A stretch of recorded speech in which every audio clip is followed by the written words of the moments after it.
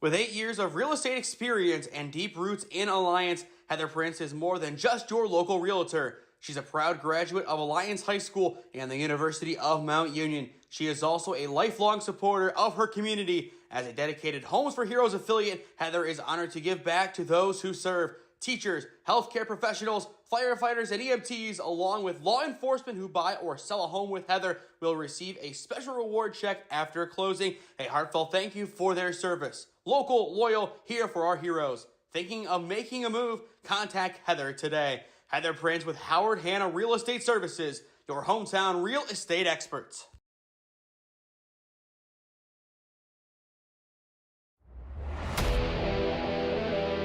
Yeah, thank you. I just want to say first, all glory to God. Without him, I am nothing.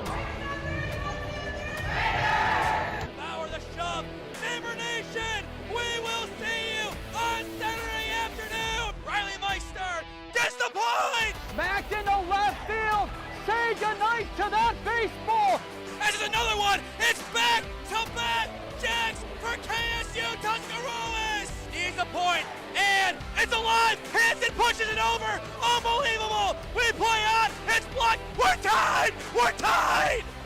Unbelievable! From the cold temps of yesterday to the warmness of April, this is OHSAA Baseball on SmeeSports in partnership with Spectrum Channel 1022 Alliance. Today's matchup features the 2-1 Marlington Dukes and the 2-2 Carrollton Warriors. Hello, friends. Nathan Smee and Bryce Fisher on the call for you this afternoon. And Bryce, I said it during the intro, you couldn't ask for a better day of baseball than this. Yeah, I'd like to disagree with you. I think it could be a little bit warmer just because it's Northeast Ohio. Yeah, but you never know. Last year we saw a couple 90-degree days in June, so I was hoping it would be a little bit warmer out, but the sun feels great on my back. Can I rephrase? With no press box, with the sun on our equipment, in the median of being warm and not overheating our equipment, it's a perfect day of baseball. Is that better? Yeah, we'll go with that then. But I think it's a great day. I think it's going to be a good game. Obviously, these two teams have had some struggles early on, but I think it's a great chance for them to right the wrongs, and I have a feeling it's going to be a good one. And you have two teams who were really big contenders last year in the Eastern Buckeye Conference. Carrollton, your eventual winners in the first place spot. Alliance then came in second. In third place, Marlington, 7-3. And you look at the Dukes this year. You have one senior. He is on the mound today. That is Brock Woods. It's a young group, but a very talented group led up by the freshman sensation and PBR watch list for the class of 2029 member in Tyler Walder.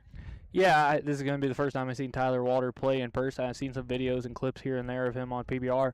But Brock Woods is a guy that I know decently well. He was a freshman at Glen Oak. Then he went over to Hoban for a year, and now he's been at Marlington the past 2 years. So I'm excited to see how he does on the mound. It's been a while since I've seen him in person, but I've been able to chat with him the few times we've been at Marlington. I think it's going to be a good one for these Dukes. I think they got a good chance to compete. I think Carrollton has a very, very good team. I know they have 7 returning after losing Broadwater and Landon, but I think this will be a good competitive matchup.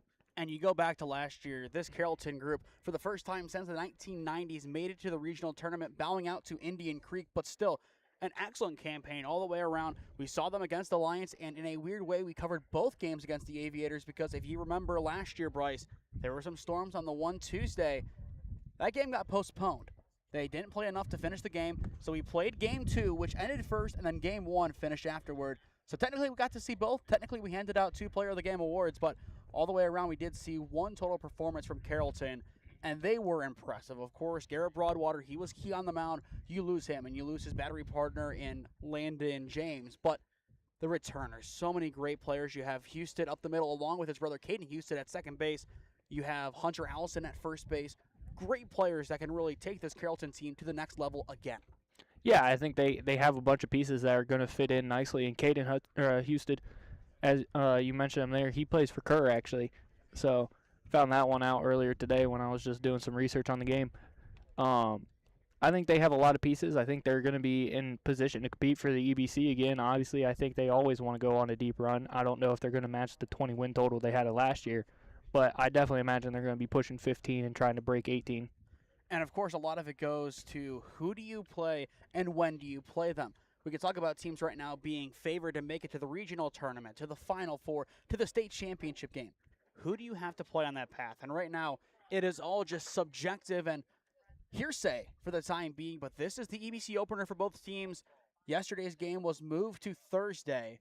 So this is the official EBC opener for not just Marlington and Carrollton today, but Minerva and West Branch over in Beloit Alliance. Of course, they do have the advantage of playing yesterday, and they will play again today at Salem for their first road game of the year in game number 7. Yeah, wow, actually, that's really impressive for Alliance being able to get in 7 games already. And I'm kind of impressed by that fact alone. I don't know if it is a advantage for Alliance there, though. Obviously, you get to see a little bit more. You get to get out early, get a nice lead into the EBC, assuming they can sweep Salem today.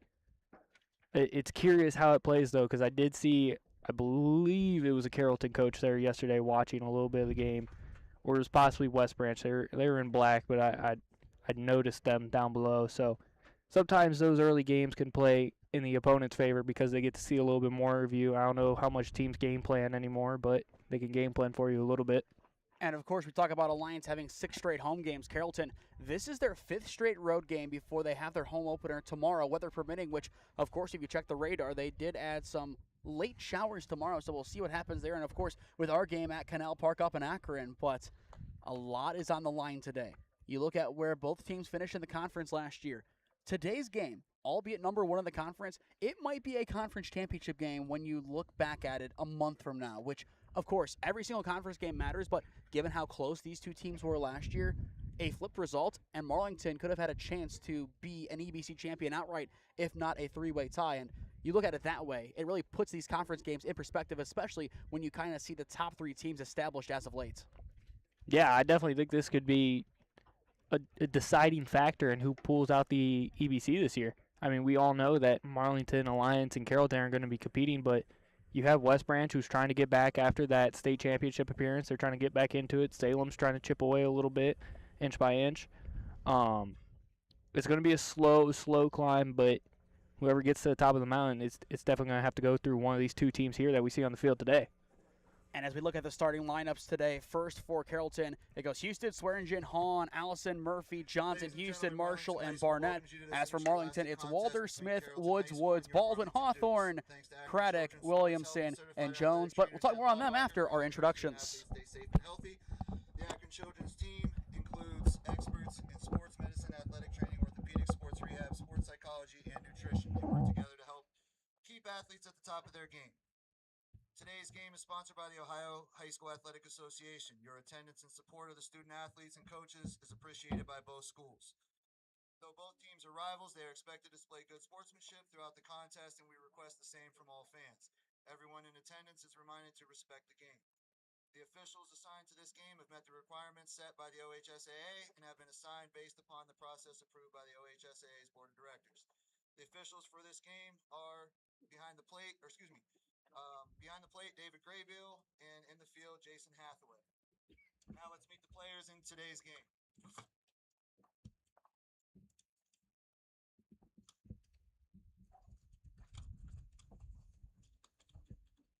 First for the visiting Carrollton Warriors. Starting with non-starters. Senior, number 9, Graydon Cook. Senior, number 12, Trenton Healy.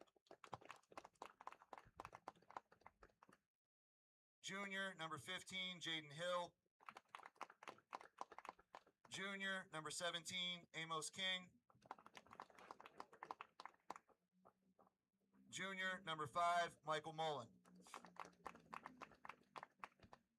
Leading off for the Warriors, playing shortstop, number 21, Isaac Houston. Batting second, playing third base for the Warriors, number 28, Braden Swearingen.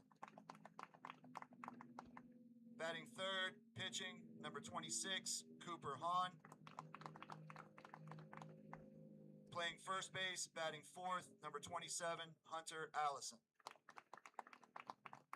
Batting fifth, playing left field, number 22, Jaden Murphy. Batting sixth, playing right field, number 11, Javen Johnson. Batting seventh, playing second base, number 3, Caden Husted. Batting eighth, playing center field, number 25, Brandon Marshall. And And catching for the Warriors and batting ninth, number 4, Ryan Barnett.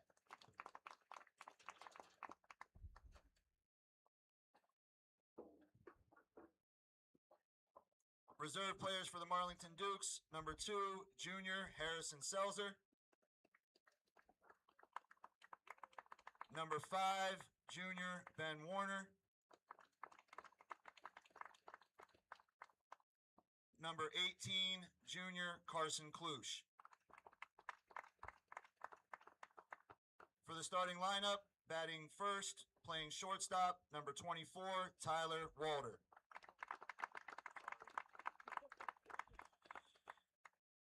Batting second, playing third base, number 14, Logan Smith.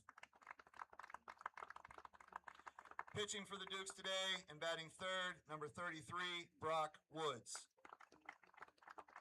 Batting fourth, playing first base, number 3, Xavier Woods. Batting fifth, playing second base, number 10, Matt Baldwin. Playing right field, number 8, Landon Hawthorne. Batting seventh, playing left field, number 21, Caden Craddock. Catching, number 4, batting 8th, Lucas Williamson. And playing center field, number 15, Cole Jones. Ladies and gentlemen, we live in a country with freedoms like no other. To honor America, if you are able, please stand and join in the playing of our national anthem.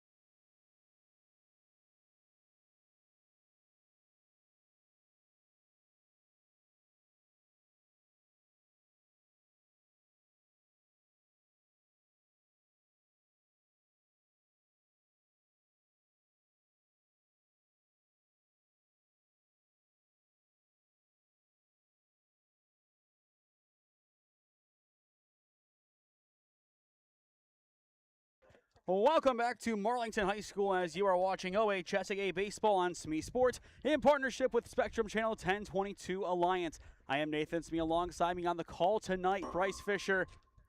Bryce, I'm excited. We got some baseball, we got some good weather, and unlike yesterday, we are not freezing to watch some baseball. Yeah, I mean, I didn't think it was too bad yesterday. That was just my opinion, but we were also in a heated press box, so who cares what I say. But I think it's going to be a good one today. Obviously, these two teams are trying to get onto the right path, get back to their winning ways. There's been some struggles early on, but I have a feeling we're going to have a good one, and it's going to be very, very competitive. A lot of balls are going to be put in play. Both teams have over 80% in contact rate, and it's almost all on the ground. Marlington only puts 17% of the balls into the air, so I fully expect them to make the defense make plays. Who's going to play the cleaner defense today? What about the man on the mound today, the now senior Brock Woods? I think he's going to fill it up nicely. He had a rougher first outing than he would have probably liked to. I think he has a chance to get back into it today. He's going to be right around that 80 range. It's going to be a tough one, though. He's got to be able to locate the breaking ball. That's going to be the big one. A lot of Carrollton swings are on the flatter side, more the Japanese style you might think. If he can establish that breaking ball on the bottom half of the zone, he's going to be very, very effective today. Overall for both teams, one key to victory for each. I'm not going to lie. It's going to be the same for both. They both need to have clean defense, eliminate the errors. Marlington's had 8 errors on the year with Carrollton having 10. Got to eliminate them. And I think on the opposite end, if both teams do have errors, have less A, but B, capitalize on the errors that are presented to you. Yeah, you have to. You have to be able to put those guys onto and cross the plate. I mean, both teams have a ton of left on base. Marlington having 29 runners left on base. Carrollton having 41 runners left on base. First pitch of the day, a strike from Brock Woods. 0-1 the count on Isaac Husted. Time locally at first pitch, 5:10 p.m. Another good offering there from Woods, that time just missing. And I will say the benefit of being down here, A, you get your radar gun out, Bryce, and B, we get a really good vantage point as to see where the ball is in the zone. Swing and a miss, chasing the high heat on the 1-1. Now 1-2 the count on Husted. Of course, one of the big returners from last year's group. Yeah, he's very, very sound hands at shortstop. He's got a good bat. He's going to be a great leadoff guy. Plunked. And Brock Woods will hit the leadoff batter, and Isaac Husted will take his base. We talked about errors in the pregame show, but as well the free pass is another Achilles heel of both groups. Yeah, Marlington's allowed 20 runs on the year, and 15 of those have been a guy that got walked, hit by pitch, or got on by error. So they've come back to bite him. And with a runner on, that'll bring up Braden Swearingen, the third baseman. So the ideal start for Carrollton, their leadoff man is aboard. And for the Duke defense, the task here is simple, find it out somewhere. First pitch again, a strike from Woods. And I think if he can continue to deliver that first pitch strike, he will be in a competitive mode, even if he does fall behind late in a count. Yeah, I would definitely have to say so. He's been pretty good about first pitch strikes this year. And that throwback not in time. And, of course, it does help out that his first baseman is Xavier Woods, his brother. Yeah, and Xavier's way bigger than the last time I saw him. The last time I saw him, he was with Roman, their cousin, shopping at Giant Eagle. Now he's developed into the starting first baseman for a very young Marlington group. Again, Brock Woods is the only senior on this roster. The future is definitely bright for this group. I'd have to agree. It's one of those that you're excited for as a coaching staff, but you're nervous how the year's going to go. Grounder over towards second. This could be trouble. They will get the lead runner at second. The relay to one is not in time. It is a fielder's choice for out number one, but a strong way to get the opening out for the Marlington defense. Yeah. And as you said, again, another ball put on the ground. Yeah, that's what we're going to see a lot of today. I fully expect to see a lot of ground balls. That seems to be both teams' bread and butter right now as the pitching staff is putting the ball on the ground. You just have to execute now. And now here comes the starting pitcher for Carrollton. Stepping into the batter's box, it's Cooper Hahn. The first matchup between Woods and Hahn today. First pitch sailed high for a ball. And we'll take a look here at the Marlington defense today. Brock Woods is on the mound with Williamson doing the catching. It's Xavier Woods over at first. Baldwin is at second. Walder is at short with Smith at third. And from left to right in the outfield, it is Craddock, Jones, and Hawthorne to set the defense for the Marlington Dukes. Runner goes. That throw is high and not in time. Good backup, though, behind by the second baseman. But there is the first stolen base of the day, and it belongs to Swearingen. Yeah, that one just sailed on him. You got to be able to get that ball down. Obviously, you don't have the luxury of playing on turf. If you were playing on turf, you're trying to skip it in like a rock. But you still got to get that ball about head high with the pitcher, not 5 feet over him. Now it's 2-0 count, a prime spot for Carrollton to take an early lead. Grounder over towards short. Here comes Tyler Walder, the freshman. His throw across the diamond is in time to first for out number two. A clean piece of defense from the star freshman. Yeah, very, very smooth. That's what he's known for. He's playing on Ohio Elite, I believe. Ohio Elite North in the summer. I think it's with Andrew Morse over at Walsh, if I remember correctly. I could be wrong about that, but I'm 90% sure. And he might not even be the best player in that organization right now in his age group. Yeah, that's probably going to go over to CC. First pitch off the plate for a ball. But, of course, over at Jackson, I believe, correct? Yep. I think he was the number 3 prospect heading into the season. I believe so, and he's thrown very firm so far. That time misses up and in. Looking ahead to the bottom of the inning for Marlington, it is Walder leading it off, followed by Smith and Woods.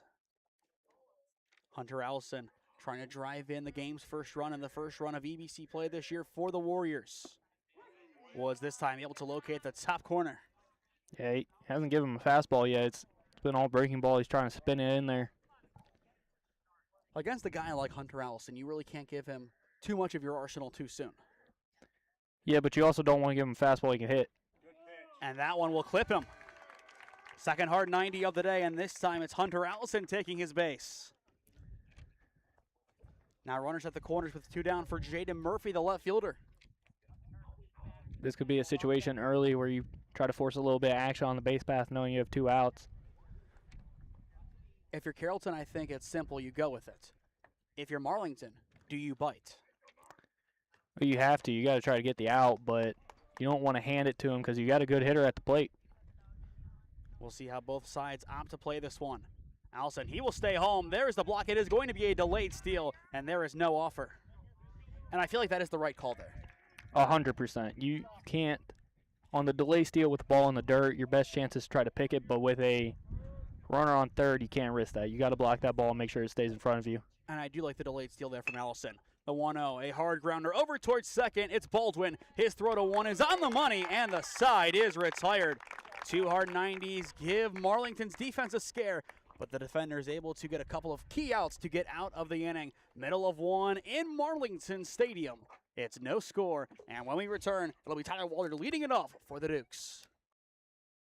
With 8 years of real estate experience and deep roots in Alliance, Heather Prince is more than just your local realtor. She's a proud graduate of Alliance High School and the University of Mount Union. She is also a lifelong supporter of her community. As a dedicated Homes for Heroes affiliate, Heather is honored to give back to those who serve. Teachers, healthcare professionals, firefighters, and EMTs, along with law enforcement who buy or sell a home with Heather, will receive a special reward check after closing. A heartfelt thank you for their service. Local, loyal, here for our heroes. Thinking of making a move? Contact Heather today. Heather Prince with Howard Hanna Real Estate Services, your hometown real estate experts.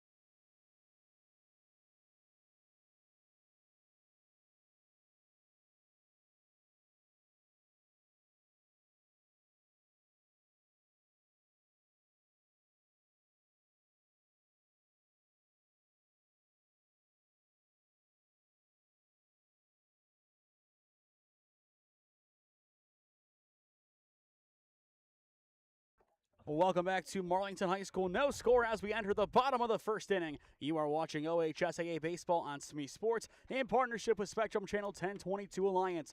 I am Nathan Smee. Alongside me today, Bryce Fisher. Again, the hard 90s. They hurt Marlington, but in the end, able to work out of it and retire the side with no damage done. Yeah, they were able to get out of that one, but obviously you don't want that to become a pattern throughout the game. Now we get to see the star freshman wearing number 12, Drew Denham's jersey. Could be a sign of things to come for Mr. Walter. Hahn's first pitch is low for ball one. I'm also going to take a guess and say he does play for Ohio Elite, seeing all the blue he has on right now. He does. I think you're spot on with the OEB North, and again, there is some OEB lettering on the shin guard. Oh, I didn't even see the OEB on it. That gave it away. The 1-0 up and outs. For Marlington this inning, it is Tyler Walter, Logan Smith, and Brock Woods. So on paper, their best 3 hitters. Yeah, and that's what you need right now. Hans 2-0. Skips away. Do we need to refer to what you said pregame? I don't think so. I mean, we're going to see a lot of it. And of course, if you put 2 on for Brock Woods, all he has to do is put that ball in play, and most likely it's 1-0. Yeah, and he has a really good contact rate on the year, almost 90%. Ooh. A good response from Hahn, able to hit the outer edge for a strike. And I think based on your reaction, you did not expect that one to go in his favor. No, but seeing as how the umpire's set up, he's setting up on the side with the batter. He's going to miss the outer half. And the 3-1 will miss upstairs for a leadoff walk. Patience is all it takes right there. You really can't give him anything free. In my opinion, he took 5 pitches that he should have taken. 100%. I mean, he took a 5-pitch walk there, essentially. It gets the job done, and that'll bring up Logan Smith. So far this year, batting .538 with 4 RBIs. Yeah, and he's a man of singles. Singles on singles on singles. Not necessarily a bad thing. Not at all. Might call him Jay-Z. First pitch will miss again for a ball. I like that, though. I like that call from the coaching staff if they're calling the pitches or if that's just the catcher's decision. Give him a breaking ball. See how it feels out of the hand. Maybe he finds his release point. Maybe get him back into rhythm. Woo.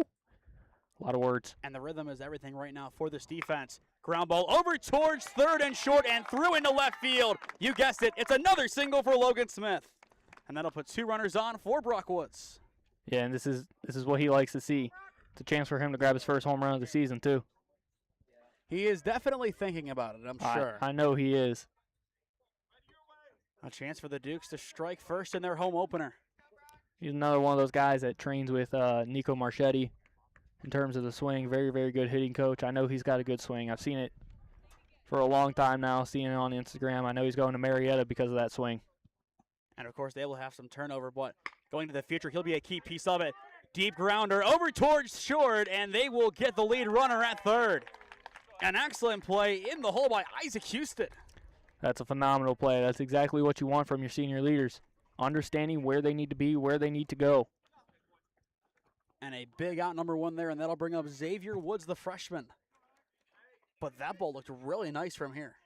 Yeah, it was well hit. Grass killed it a little bit, but still a well hit baseball. And still a good scenario here for Marlington with 2 on and 1 down. Xavier Woods fouls that one off. And I think the moment that Smith put that ball in play, something clicked for this offense that we are going to see continue throughout the game, a more aggressive outlook. Yeah, I would expect them to be trying to get a little bit more aggressive, get onto it early. If he's going to be throwing strikes, you got to jump on it. Whatever the defense gives you, you have to convert. Hans 0-1. It's low this time.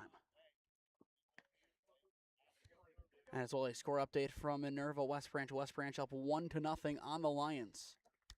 Yeah, Jeremiah Thomas doing it all over there. 3 stolen bases, you said? I believe the last one was on a wild pitch, but in the books it looks like 3 stolen bases. That time Hahn misses high, but we saw that yesterday from Trevin Wilkes. Yeah, same kind of scenario there. I don't know how he advanced on air. I assume a wild pitch. It could have been a throwaway, though, from the catcher. 2 balls, 1 strike. Swing and a miss. Count now 2-2. Got a little long there. Just needs to stay short, stay compact. Don't force it. Be smooth. In the on-deck circle for the Dukes, it is Matt Baldwin, the second baseman, getting ready to go.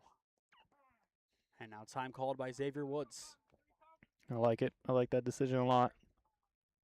You talk about a young team, a lot of pressure on them right now against a very well-oiled machine and an experienced group, too. Yeah, this is a group that knows how to win. That's the big thing. Hans 2-2. It is off the plate, and we are full. He's kind of yanking there. He's got to stay closed long enough to get his hand to accelerate through the catcher's face mask. The pitch count is really going to continue to grow right now, but a chance for Carrollton to find out number 2. Full count 3-2 on Xavier Woods, and he will walk. Walk number 2 surrendered on the inning by Hahn. And the bases are loaded for the first time today, and that will bring up Matt Baldwin. Baldwin on the year, a .222 average and 3 RBIs. So a chance to bring in at least number 4, if not 5. And of course, right now you're thinking play at the plate, but you have to find an out if it's on the infield. Yeah, and right now he's looking for a ball up, being able to put it into the air, force them to try to make a play at home. I think the big thing is, though, he can't go down looking. He's got 2 strikeouts on the year. Both of them are looking. You cannot go down looking in this scenario. And if you're Hahn, is this where you try to throw a bunch of lower strikes? Yeah, I would probably keep it down in the zone. Maybe some breaking balls, try to force myself to stay close a little bit longer as we get fastball going up and away. And I think Carrollton, if they would have to switch to that, at least from what we've seen so far, would struggle to locate the bottom of the zone. Most of their hits have been midsection up. Yeah. Here's the 1-1, and again, it's up and out. He's just not – he's getting way across the ball. I don't know if it's something with the mound, that he's not finding his footing very well. Got to hold it with the glove side. And, of course, at the same time, you have to make sure you come set, as that was a quick one. That one was definitely quick. I know you're going to get a little bit of leadway, especially in high school baseball, but that one you got to be close with. But a 3-1 count on Baldwin, a chance to drive in a run by doing nothing. The layman's way to put it. But he'll have to wait as Hahn is able to locate the bottom of the zone. Yep, he got that one there. That was not a great receiving job from the catcher, but still got the strike call. Full count 3-2, a chance for Marlington to take an early lead. And they will do just that. There is ball 4. And that will bring in Tyler Walder. Marlington, in their home opener, finds the opening run courtesy of an RBI walk. Yeah, now we're going to see a pinch runner come in here. Oh, no, he's just grabbing the gear. And no extra theatrics here, going back to the dugout. He's doing his job, and he's getting on. And for Marlington, a job well done. If you would offer them at least a 1-0 lead exiting the first inning, regardless of having the bases loaded still right now, they would have killed for it. Yeah, 100%. We talked about it. We expect to see a lot of guys on, a lot of guys put the ball on the ground. And now here comes Hawthorne. So far on the year, a 125 average and 1 RBI. He hasn't struck out. That's true, and you have to think with pitch count as we are going to see the catcher Barnett go and talk to Hahn. At some point, if the inning still doesn't go Carrollton's way or you see a couple of walks, do we see an early call? It depends on the pitching staff. You also have a game tomorrow you have to think about. Depending on how their schedule goes, I mean, they have tomorrow and then they have a day off until they face Highland, which is obviously going to be a really tough game, but you're not probably going to throw one of your best there.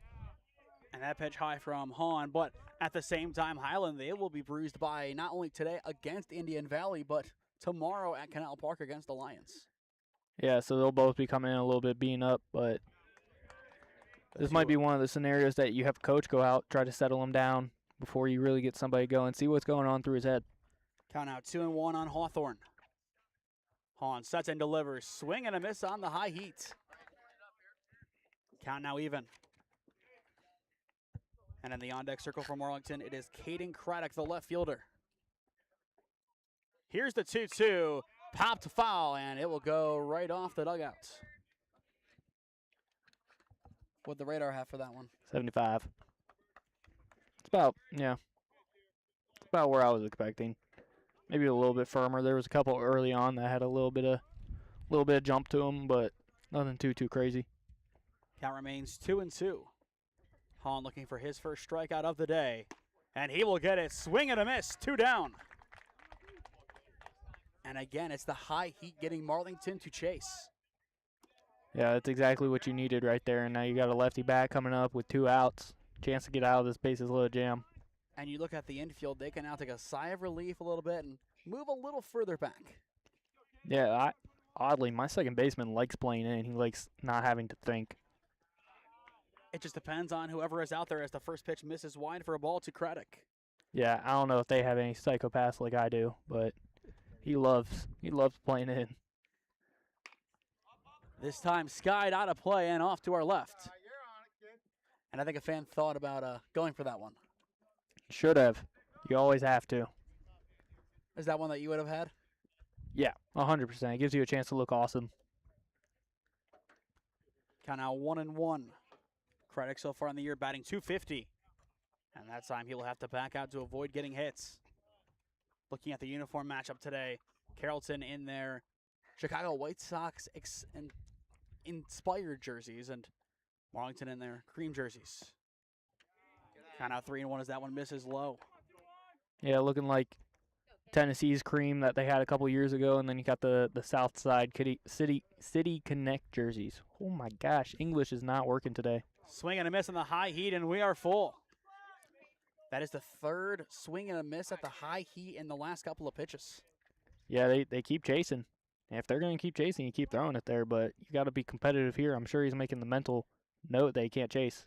Payoff pitch. It is high and in for ball 4. Walk number 4 of the inning, and this one will bring in run number 2. So an insurance run as well tacked on for the Marlington Dukes, and the bases will remain loaded for Lucas Williamson. The catcher batting .111 on the year, and if this inning can't continue, you bring in a couple more. You go from there, and all of a sudden you're back to the top of your order. First pitch there for a strike. Looking at this Carrollton defense, it is Hahn on the mound, Barnett behind the plate. Allison is at first. You have Houston at second and short. It's Isaac Houston over at short with Caden Houston at second. Swearingen, he is over at third. And from left to right in the outfield, it is Murphy, Marshall, and Johnson. And that sets up the defense for the Carrollton Warriors. Count 1-1 on Williamson. And a good eye leaving that one upstairs. Yeah, they're still a good defensive team, even though they lost Broadwater and Landon. I think you have to understand that center field's going to be taking a little bit of hit, and so is catcher, but still a good team. And back to the swing and a miss on the high heat.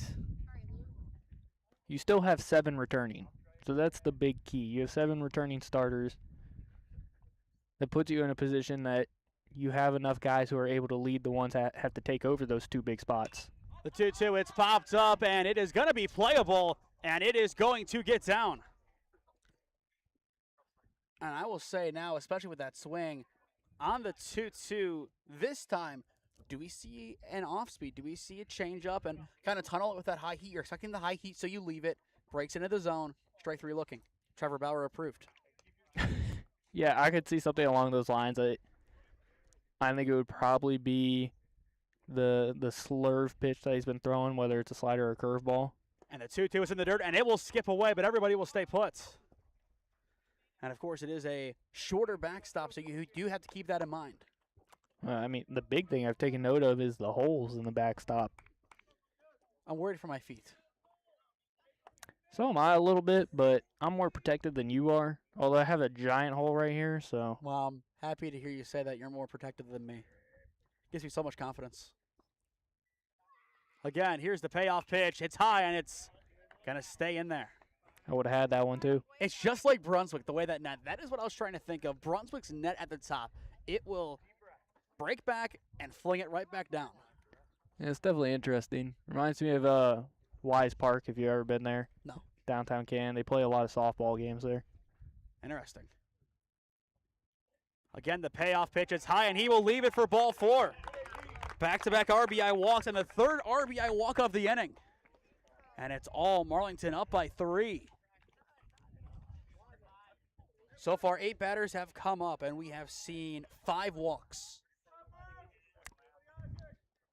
Hawthorne is the only batter not to reach safely because, of course, one of the outs was a fielder's choice. First pitch to Jones, hits the outer edge for a strike. But for Cole Jones right now, batting 111 with 1 RBI on the year, this is a chance that if you play your cards right and you play patient, you not only bring it back to the top of your order, but you also get an extra RBI for your troubles. Yeah, this is the type of one that gets you in rhythm for a couple games. You get to break it open, and that gets your juices going. You get ready to go. Count now 1-1. Looking ahead to the 2nd inning, it is Javen Johnson, Caden Houston, and Brandon Marshall. 6, 7, and 8 due up for Carrollton. A good drive, but foul off towards the left side. Count now 1-2. And if you're Tyler Walder, you look at this opportunity with the bases loaded, you want your own crack at it. Oh, 100%, especially as a young dog. You're trying to get out there, establish yourself a little bit more. Is your chance to do some damage. And as a leadoff hitter as well, where you really don't get that opportunity. Here's the 1-2. Swing and a miss. The side is retired. Strikeout number 2 today from Cooper Hahn gets the job done in the first, but not before 3 runs come to pass for the Dukes, courtesy of RBI walks through 1 and 8 down. It is Marlington up 3-0 on Carrollton as you are watching OHSAA Baseball in partnership with Spectrum Channel 1022 Alliance.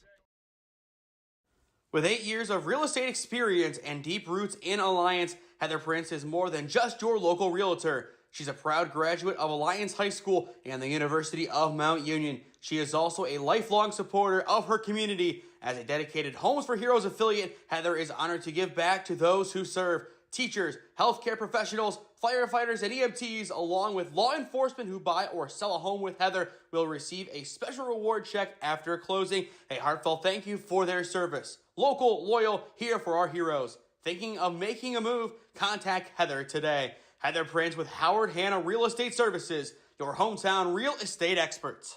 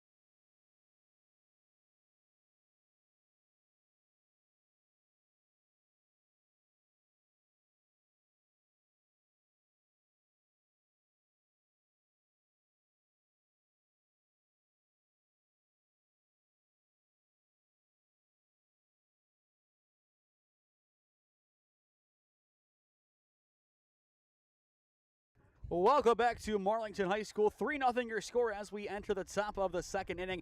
The Dukes scoring 3 courtesy of free passes. Bryce, we talked about it heavily pregame.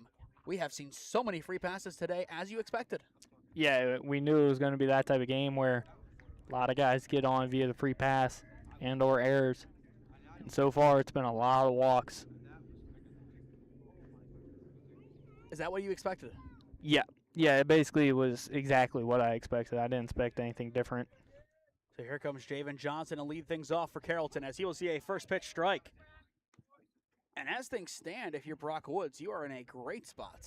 Yeah, your goal right now is just to fill it up, make him put a ball in play. And Johnson fouls that one off. Count now 0-2. But if you can get a strikeout on 3 pitches, that is how you set the tempo for the next inning, especially after a rocky first. Yeah, this is one of those where I would tell my guys it's got to be less than 5 minutes.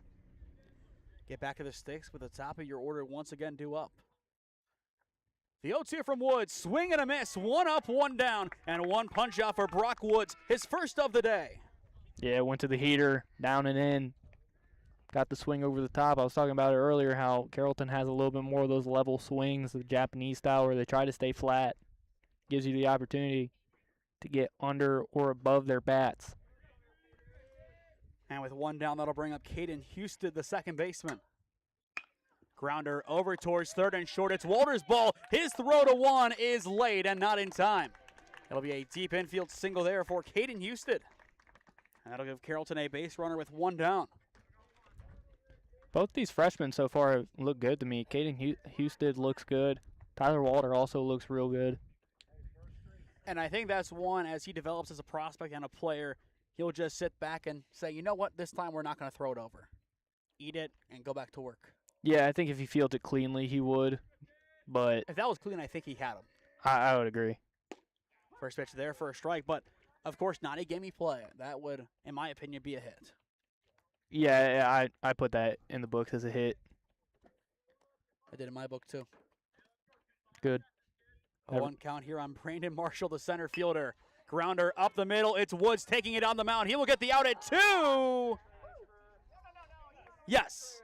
It'll be on the transfer. It'll be a fielder's choice for out number 2. He was thinking going back to 1 a little bit too quickly.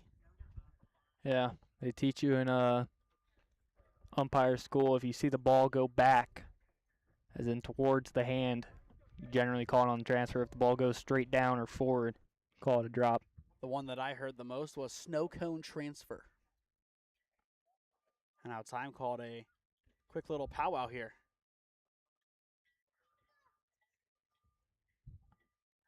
What do you think the conversation is? I'm not sure. Possibly interference, obstruction. Which, if that's why he had a bobble and hesitates, then that could explain it, and then that would be a double play. Which I've seen that happen before, but I don't think there was enough there. Well, that's not going to be the home plate umpire's call. It's my thing. That's why I don't know why the field ump told him to go talk to him. I don't know exactly what just happened. I didn't really think there was anything to negotiate at the plates. No, I don't know what they would have been looking for there. Both 2 down. Here comes Ryan Barnett, the catcher. Carrollton's dugout showing some signs of life here, trying to move their runners along. And speaking of runners along, they will go. The throw down to second is perfect, and the tag is not there. Yeah, right, buddy. And Williamson, he is jumping in just anguish. A perfect throw, but the tag not there. Yeah, it was a good one. It's always tough, especially when they catch it behind the runner and try to lay the tag in front. Makes it a tougher call. But I know that feeling as a catcher, just kind of jumping to just alleviate that frustration. Throw back to second. It's a good opportunity, but nobody is there. Well, I'm not going to lie. As much as I love Brock, I'm going to put that on Brock because our catcher back here was set up ready for the throw out or the pitch out to throw him down. The ball was down. You got to get that up and away so that your catcher has a clean throwing lane. They had it. They knew he was going. I thought he had the opportunity there. And now you look at this scenario, a 2-0 count, a hitter's count. If you play your cards right here and get one into the outfield on a line, that could bring in the first run of the day for Carrollton. And with the top of their order due up here shortly, no better time to do it than now. And a good block that time from Williamson. Yeah, I think they would be looking to go oppo with it, especially because seeing that you got a first baseman with long levers, that transfer time is going to be a little bit slower. And you look down, there's so much real estate. Was thought about the throwback, in the end eats it. Yeah, a little bit of missed time there. I think it was supposed to be a timing play. It looked like second baseman wasn't on the same page. Or it was possibly just say, hey, I still know you're here. Could easily be but a 3-0 count. You need a strike, and that's exactly what he will find. Woods able to go right down the Miller. Miller, hold on. Middle. Hold on. I wasn't going to ask any I'm questions. going to reset after that one. Here's the 3-1. It is popped up and out of play, and we are full. And the reason why I went with that is when looking at film on him, I'm thinking, okay, this guy is a Brock Miller prototype. Okay. There was comparison there. I thought that was a reference to some play-by-play caller that I did not know, and I was just going to go with it. No, just combining a couple of trains of thoughts. Now here's the payoff pitch. Swing and a miss. The side is retired. Brock Woods able to settle back in and get his second strikeout of the inning to retire the side. Again, no damage done by Carrollton in the top of the second. To the bottom of the inning we go. It's the Dukes up 3-0 on the Warriors. With 8 years of real estate experience and deep roots in Alliance, Heather Prince is more than just your local realtor. She's a proud graduate of Alliance High School and the University of Mount Union. She is also a lifelong supporter of her community. As a dedicated Homes for Heroes affiliate, Heather is honored to give back to those who serve. Teachers, healthcare professionals, firefighters, and EMTs, along with law enforcement who buy or sell a home with Heather, will receive a special reward check after closing. A heartfelt thank you for their service. Local, loyal, here for our heroes. Thinking of making a move? Contact Heather today. Heather Prince with Howard Hanna Real Estate Services, your hometown real estate experts.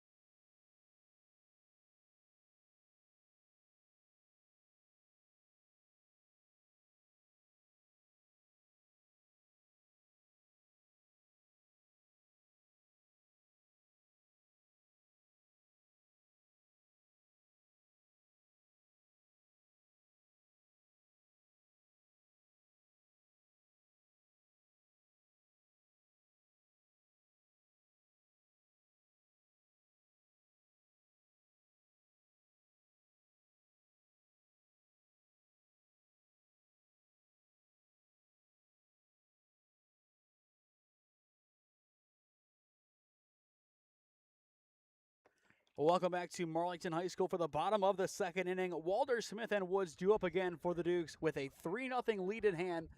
Last time out, 9 batters went up. Out of the 9, 5 walked. And I think if patience plays a role here again, the Dukes will be in a great spot. Yeah, I have a feeling they're looking to take a few more walks here. But a swing and a miss there from Walter to get things underway. Yeah, and he wants it. He feels like he was robbed of an at-bat the last time, especially with getting that freebie called strike, and you don't feel great about it. You want to get back up. You want to do some damage. Hans 0-1. It is there for a strike and quickly down to the count 0-2. For Han, a great response so far. Yeah, he's getting back in here. And this is where he looks to nail down the strikeouts. And Walter fouls it away. Try to go change up there. He's got to get that down, though. I saw the run on it. It was nicely thrown, but you can't leave that up, especially if you have a guy like Brock Woods up. You leave that up to a power hitter, I think sent to the moon. And on back to work, his 0-2. A good poke over towards right field, and it is down in no man's land for a base knock. A perfect piece of hitting from Tyler Walter. He found the Bermuda Triangle out in right. Yeah, that's one of the toughest plays to make in baseball. I mean, Colton Wong made a career doing that. So did Patty, Dustin Pedroia. He did a great job. But it's one of the toughest plays to make. You don't see it made often. And you look at that swing, very Chase DeLauder-esque with that back foot leg kick almost. First pitch is in the dirt for a ball. And I think you notice it too. He kind of like kicks that back leg back behind. Yeah. Really quick, give a shout out to one of my players who just hit a home run in his first game. Do we have a name? Keaton Fashion Par, For? Revere. Okay. Grounder over towards short. This could be a tough play for Houston. He will turn to 2, and it is wide. Walder, he is rolling towards third, and they will hold him up at third. That will put runners at the corner. Still nobody out for Brock Woods. That's why you hustle. You always hustle it out. And that'll be an error that time on Houston. But perfect placement again. That time Houston unable to make the play, and just like that, Marlington knocking on the door, ready to do some more damage. Revere varsity or JV? He's on the freshman team. He started on JV, and never mind. I'm not gonna get into it. It's his story to tell. But he got moved down to freshman. This is his first at bat in their first game. What position does he play? He's a little bit of a utility guy. He played third base. He got some innings at shortstop, second base. He played right field, left field too. And of course, you know shortstop's opening up next year with Andon Bender heading off to Akron. Yeah, that's why I told him. Here's the 1-0. Swing and a miss from Woods. And of course, we've had some run-ins with Revere's head coach. He is, of course, now the head coach of the Mountaineer Lumber Company in the WRCL. We got to see his group led up by Luke Ickes in the NABF World Series Championship game, ending up losing that one, though, at the hands of Ty Dennison and the Stark County Terriers. They will have a rundown between first and second. Walter thinking about it, and he will stay put. It's perfectly executed by Smith. He is able to get over towards second base. No damage done. Yeah, you're Carrollton. You executed that perfectly, too. The third to first move was done to perfection. Looks like we got some dirt in the eye at second base there as he's taking a second, but I wasn't expecting that to happen. I was kind of looking away, and then all of a sudden, he is in motion. yeah, it's become more and more popular since they made it legal 3 years ago. A 1-1 will miss off the plate for ball 2, and for Brock Woods, again, you look at this opportunity, 2 runners in scoring position. You can't help but get excited thinking about it, and as well, there is no true bullpen here, but there is some action off towards the right side, as it looks like Carrollton is looking to get an arm ready to go. Number 12, if you got a name, I do not. let's call him Bob. A good drive from Woods into left center field, and that one is down in the gap, and it will be extra bases for Brock Woods. It is a ground rule double, a 2 RBI ground rule double for matter of fact, and that will make it 5-0 Marlington. Ball is absolutely roped, hit on a rock. Yeah, I love the sound of the ball off the combat. Great job from Brock Woods to keep his head down on that. Stay level, nice smooth swing, buttery. One hop off the fence and it goes over. And you just see that reaction, taking the turn from first. He is so happy, and there is a little hop at the end of it. Yeah, he knew he put a giddy up into that one. But who would have thought Marlington, in the bottom of the second inning against the defending conference champions with 7 returners, would be up 5-0? I feel like Marlington thought that. I mean, you always got to go into the game confident. Hanzo 1, another drive deep to center field, still plenty of carry. But it will be tracked down just before the wall by Marshall. And Woods will cruise on into third. So a productive out for the Dukes and their fans. They are enjoying this one. And I think this team, 13-14 last year, they know they are building something special here. And if they can keep all these pieces in place, then look out. Yeah, since Skeldine and Caden Bates and those guys, Drew Denham left, they've been trying to get back into rhythm. Sam Yoder even. Hetherington even last year too with that group. Yeah, I mean, they've been trying to slowly get back, and I think they're getting there. Anfield is in here as this one is poked into shallow left center field and down for an RBI single. It is Matt Baldwin, his second RBI of the day, and that will make it 6-0 Marlington. How about it from the Marlington Dukes? Yeah, they're breaking it open now. I'm stunned. They're doing a great job right now. As you're going to get a mound visit here to talk things over. But just the way they have placed the baseball in the yard, they have played perfectly against the setup from the defense of Carrollton. And is this the call to the bullpen? Yeah, it is. So we will have a new arm on the mound when we return. But how about it for Marlington against the defending conference champs? A 6 spot so far in the bottom of the second inning. When we return, the Dukes have 1 out and are still looking dangerous on SmeeSports. With 8 years of real estate experience and deep roots in Alliance, Heather Prince is more than just your local realtor. She's a proud graduate of Alliance High School and the University of Mount Union. She is also a lifelong supporter of her community. As a dedicated Homes for Heroes affiliate, Heather is honored to give. As we cut that commercial break short, it looks like they brought the pitcher in and sent him right back out. Yeah, he took 2 steps off the gravel past the dugout, and they said, no, we're just talking out here. So we'll see what happens here. As that one is in the dirt, the back pick is not in time. But a really interesting game here today, and one that I don't know if you or I expected, but it's a 6-0 lead for Marlington. And these Dukes, they are looking stellar. Yeah, I probably wouldn't have bet on it. I'm not a betting man, but this has been a good one from Marlington's offense so far. They've been able to get guys in. I mean, we talked about it early. They've had a lot of guys left on base, so is Carrollton. And Marlington's making them pay right now. They're saying, we're not leaving guys on today. And the way they have been patient at the plate, too. All the way around, this has been a really, really fun team to watch.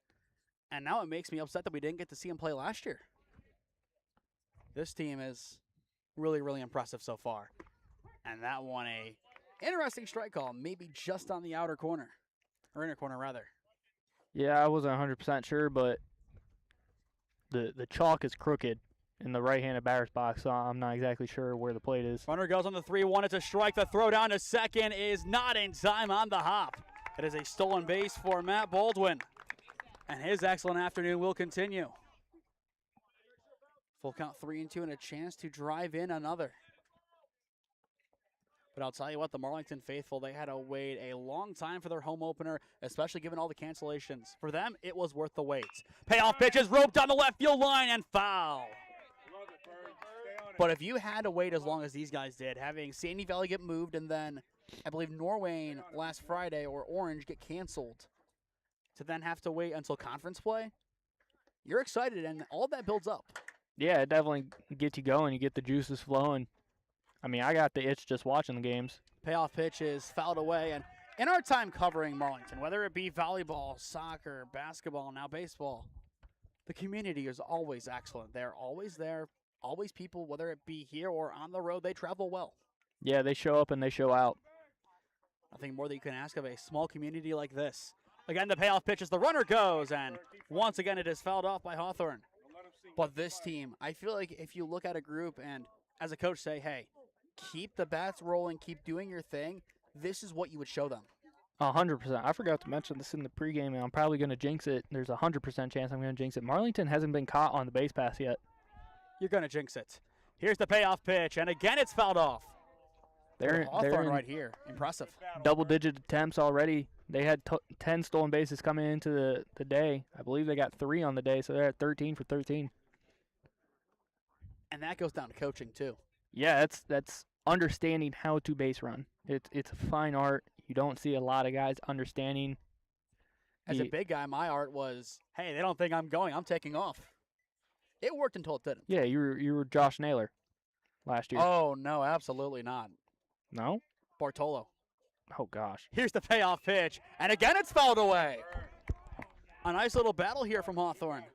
Are you Stanton getting his first stolen base since 2020 a couple nights ago? I did not see that one. Yeah, he got his first stolen bag since 2020 after 4 knee surgeries and 3 elbow surgeries. One more time, the payoff pitch, and it's high for ball 4. Talk about a way to earn a walk. Yeah, what a bat flip. Come on, Kay. Good Little contact. zip on the end of it from Landon Hawthorne. And now that'll bring up Caden Craddock, the left fielder.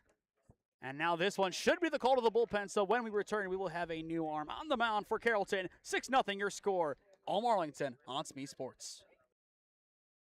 With 8 years of real estate experience and deep roots in Alliance, Heather Prince is more than just your local realtor. She's a proud graduate of Alliance High School and the University of Mount Union. She is also a lifelong supporter of her community. As a dedicated Homes for Heroes affiliate, Heather is honored to give back to those who serve. Teachers, healthcare professionals, firefighters, and EMTs, along with law enforcement who buy or sell a home with Heather, will receive a special reward check after closing. A heartfelt thank you for their service. Local, loyal, here for our heroes. Thinking of making a move? Contact Heather today. Heather Prince with Howard Hanna Real Estate Services, your hometown real estate experts.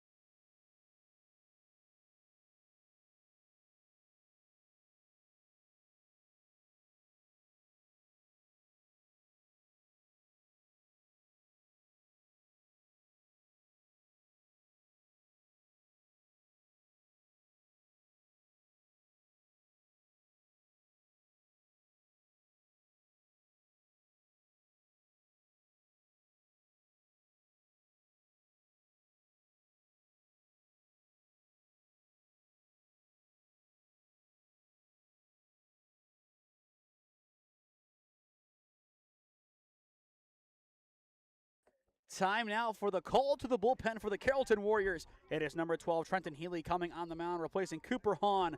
An inning and a third's work, 6 runs allowed, and right now 2 more are on the bases waiting for him. 1 down here, and just like that, Marlington continues their rally. Plating 3 again. Now a double steal. Throw to third is not in time. So 2 stolen bases right there.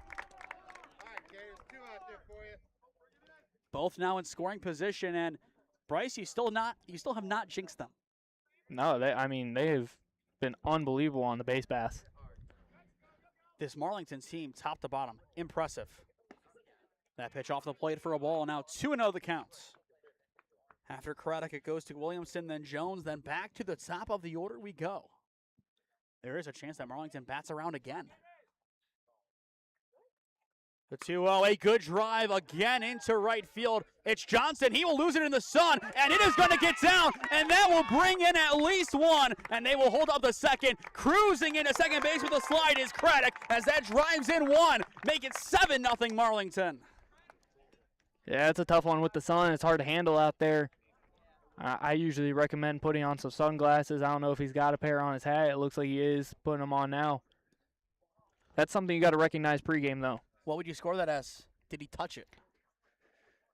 I think that's the I'm not going to get into that. I've got into some debates about that because I think it's the weirdest rule that you have to touch a ball. I think if it is a high percentage ball that's generally an out, it should go down as an error. And I would agree.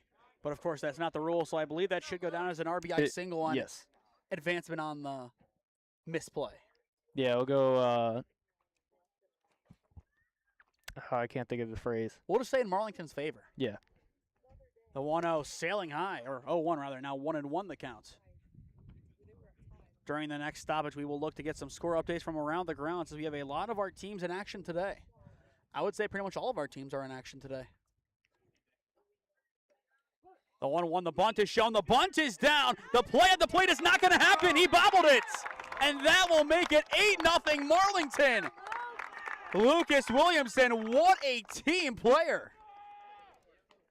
Yeah, they're putting on a show right now. I'm speechless. You had them scoring 6 runs. I had them scoring 7. They have 8 in an inning and a third. Yeah, they're in rhythm. And the Carrollton head coach has apologized. I think he didn't have a bunt play on, so they weren't necessarily prepared, but it's hard to be prepared for that. Even when you have that preparation, of course. And now runners at the corner, still 1 down as that one misses wide. But I think this game is really making us rethink our schedule coming up. We'll have to slide in another Marlington game. We'll see them again against Alliance, but I think we might have to try to find one more. And I think I know when that one would be. In the dirt, it's a pass ball. The runner will take off from third, and he is in there standing. Make it 9-0 Marlington. And the route just continues for the Dukes. Heads up base running again. Yep. Another one. See the ball down, see it through. That's how you do it. That's how you steal some extra bags. That's how you collect a few extra runs every single game. But for those just tuning in, the defending conference champions backs against the wall, down by 9. Here's the 2-0, swing and a miss on the off speed. Plenty of good movement there from Healy.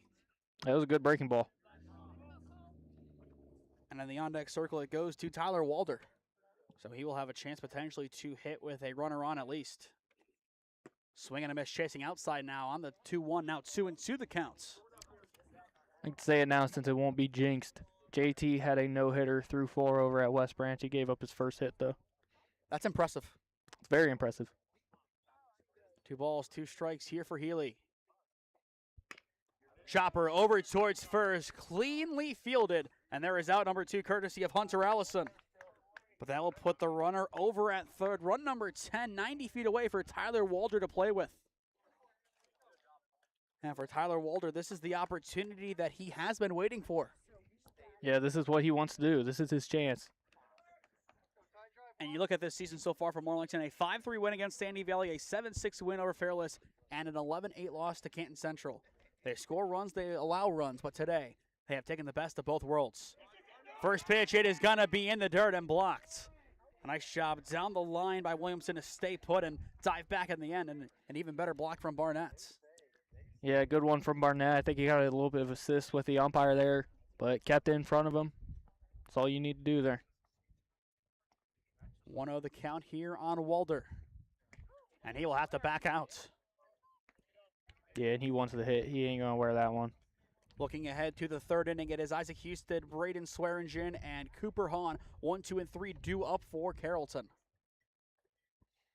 Healy's 2-0, a good drive from Walder into left field, and it will fall for an RBI single. The freshman sensation continues to rake for the Dukes, make it 10-0 Marlington. Yeah, another good job from Tyler Walder. He's a good player. That is a player to look out for, not just for the future, but for the now. And if he can get a little growth spurt and get a little muscle on him, you're looking at maybe another, at least once upon a time, number 12 from Marlington going to Akron. Yeah, it could be another Drew Denham situation. Well, hopefully not situation. I don't hope that he deals with what Drew had to deal with in high school. But you talk about a player now to look on the positive side who has earned every bit of success that he has at Mount Union. Oh, my gosh, he is raking at Mount Union. And he's such a great guy as well, had class with him. Walder, he will take off, grounder over towards third and through into left field. Logan Smith, his second base knock of the day. And the hit parade continues for the Dukes, and that'll bring back up Brock Woods. I think it's time we count the hits. 1, 2, 3, 4, 5, 6, 7. It sounds like a lot more because of just the walks and the free passes. Well, I was just looking at, again, Logan Smith. We got Blake Bowles in the house. Jay Bowles pops. Oh! But first pitch, yeah. Up and in for a ball. A random crossover. Well, they're really good friends with the Woods family. Makes sense given the Gleno connection. Yeah. So, that was funny. I don't even know what I was talking about. The 1-0 Woods fouls it away. Oh, I was about to say that Logan Smith is, again, only singles. But it's so efficient. It's so efficient. This Marlington team, a 7th spot in the second, so efficient top to bottom. This is a team performance. The 1-1 Woods, a deep drive to left field, and that one is gone! Santa Maria, Brock Woods, it's a 3-run bomb! My goodness, Brock, that baseball had a family!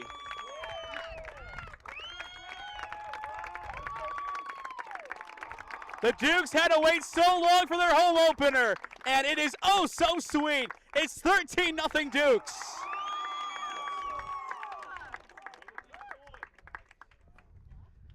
Wow. Marietta is getting a stud. Oh, yeah. They're definitely getting a good one. That ball was absolutely roped. That was a no-doubter. Yeah, there was no question about it. I love just in the middle of it, adios.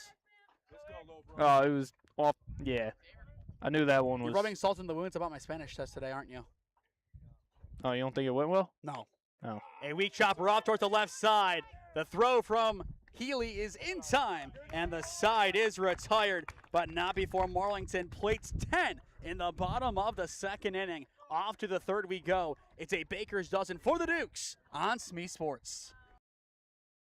With 8 years of real estate experience and deep roots in Alliance, Heather Prince is more than just your local realtor. She's a proud graduate of Alliance High School and the University of Mount Union. She is also a lifelong supporter of her community. As a dedicated Homes for Heroes affiliate, Heather is honored to give back to those who serve. Teachers, healthcare professionals, firefighters, and EMTs, along with law enforcement who buy or sell a home with Heather, will receive a special reward check after closing. A heartfelt thank you for their service. Local, loyal, here for our heroes. Thinking of making a move? Contact Heather today. Heather Prince with Howard Hanna Real Estate Services, your hometown real estate experts.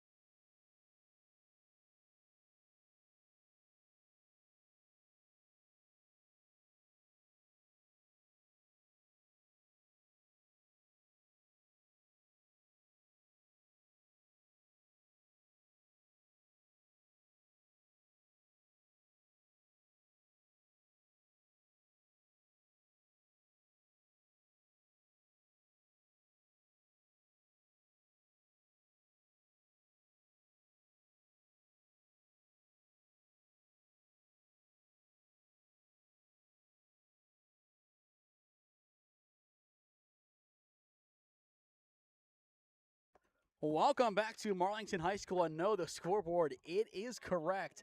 A 10 spot for Marlington in the bottom of the second inning, bookended by Brock Woods' 3-run bomb. He had 5 of the 10 RBIs, and Bryce, this Marlington team, they're looking like a real threat in the EBC on opening day.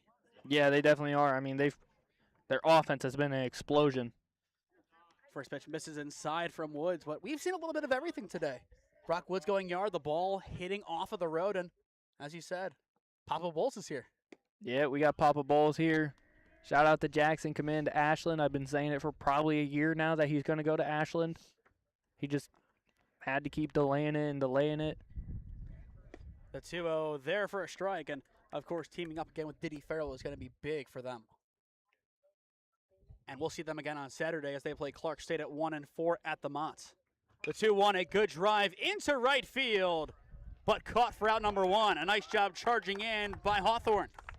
Yeah, and I got a score update for you here. 5-2 Alliance at the end of the third. So a lot of games going really, really slow today. And then Minerva there in what, the 5th? I believe so. But so many good performances today from some key players. First pitch, Woods able once again to find the strike zone. And my question is, when it's all said and done, say Thomas does get the shutout, who would you give if there was a conference player of the week? Would it go to Brock or would it go to JT? Maybe a co-player of the week. And yeah, you were right. It is the bottom of the 5th in West Branch Minerva. Let me see what JT's got going on so far. In the meantime, the 1-1 from Woods is there for a strike. His location still impeccable. He's thrown 5 innings with 7 Ks and 1 hit, 2 walks. Mount Union's finest. Here's the 1-2. Hard grounder over towards short. Here comes Tyler Walter. It's out of his glove, and there will be no throw. It'll be an E6 on Marlington, and that'll put Swearingen over at first. Yeah, feet got a little bit heavy there. That's one of those that you just got to trust it, that you're athletic. You can go make that play. And trust is everything right now for this Marlington team, and I feel like with this being such a young group, to see the experience of Brock Woods really show out the way it has, but also the coaching staff, Coach Jones, and even before the game today, he talked with me and said anything that we need on our end, happy to help out with. It shows the culture for Marlington baseball. It is in an amazing spot. And I wouldn't be surprised if, I think it's May 6th is the final game of the EBC season over at Alliance, if the winner of the Backyard Brawl is the winner of the conference. It wouldn't shock me right now. Yes, May 6th. And that ball is thrown away. Might get three Cruising here. into second base and now going over towards third. A chance to go corner to corner, and he will do just that. A nice job running the bases there from Swearingen. But of course, it is so early to talk about the conference. Assuming the result holds today, you're talking about an Alliance team 2-0, Marlington 1-0 based on the run differential, and then it goes down to West Branch. That's going to be your three-team battle as of right now. The 0-1 a weak chop over towards third. It will hit off the third baseman's chest. The throw to one is on the money for out number 2, but at the expense of the opening run today for Carrollton. Yeah, and Carrollton probably feels good about that one to get one across the board, but if you're Marlington right now, you could care less. This is where you just go and get outs. Yep. And with 2 down, here comes Hunter Allison. He was hit by a pitch his first time up. And in the bottom of the inning for Marlington, it is Baldwin, Hawthorne, and Craddock. 5, 6, and 7 due up. With 2 down, Marlington up by 12. First pitch to Allison there for a strike. Yeah, Allison needs to pull the trigger. And I think if this Carrollton team gets so much more aggressive, we can see them really knock the ball about the park. Definitely. And that time it is tipped back into the glove of Williamson. But my thing is here, they've taken 2 first pitch strikes this inning, and you're down by 12 now. You came into the inning down by 13. Jump on them. And that one is behind them and hits them again. Hunter Allison turning into Brandon Geyer. And that'll be the second hard 90 that he has suffered today. Is that a reference that you understand there? Yeah, I was trying to think of the guy at Glen Oak who holds the record because our coach used to always tell us that he had I want to say it was 32 in a season or something ridiculous, or maybe 32 in a career. He needs some ice packs. Yeah. Swing and a miss there. 0-1 the count on Jaden Murphy. A ground out over to second base his first time up. A 13-1 your score, top of 3, all Marlington in the EBC opener. I think they need to move Tyler a little bit to his right. And that one will hit him as well, so back-to-back hard 90s. So now if you're at Carrollton, you're looking at a chance to, of course, you need to score from here on out, I believe, a few more runs to keep the game going past 5, and now it looks like the batter, he is down in some pain, as we'll pan off of that. But you're at a point where just get to a point where the game continues, and if the runs come, and this could become a slugfest. 100%. This game is far from over, but in the meantime, we will step aside. 13-1, Marlington on top. With 8 years of real estate experience and deep roots in Alliance, Heather Prince is more than just your local realtor. She's a proud graduate of Alliance High School and the University of Mount Union. She is also a lifelong supporter of her community. As a dedicated Homes for Heroes affiliate, Heather is honored to give back to those who serve. Teachers, healthcare professionals, firefighters, and EMTs, along with law enforcement who buy or sell a home with Heather, will receive a special reward check after closing. A heartfelt thank you for their service. Local, loyal, here for our heroes. Thinking of making a move? Contact Heather today. Heather Prince with Howard Hanna Real Estate Services, your hometown real estate experts.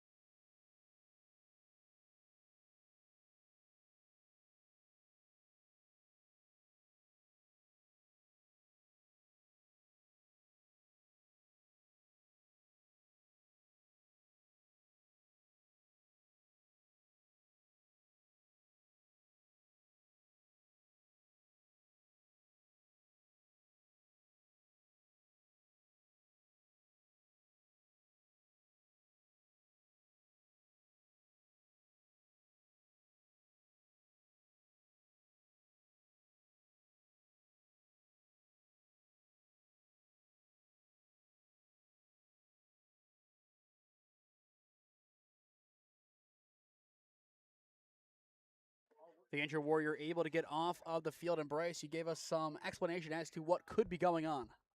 Yeah, it's generally an ulnar nerve issue. So that's your funny bone per se. It's a nerve that runs along the back inner of your elbow, and generally if you get hit with a baseball there, it's going to compress that nerve in, and you're not going to feel it at first, and then it's just going to light your arm up.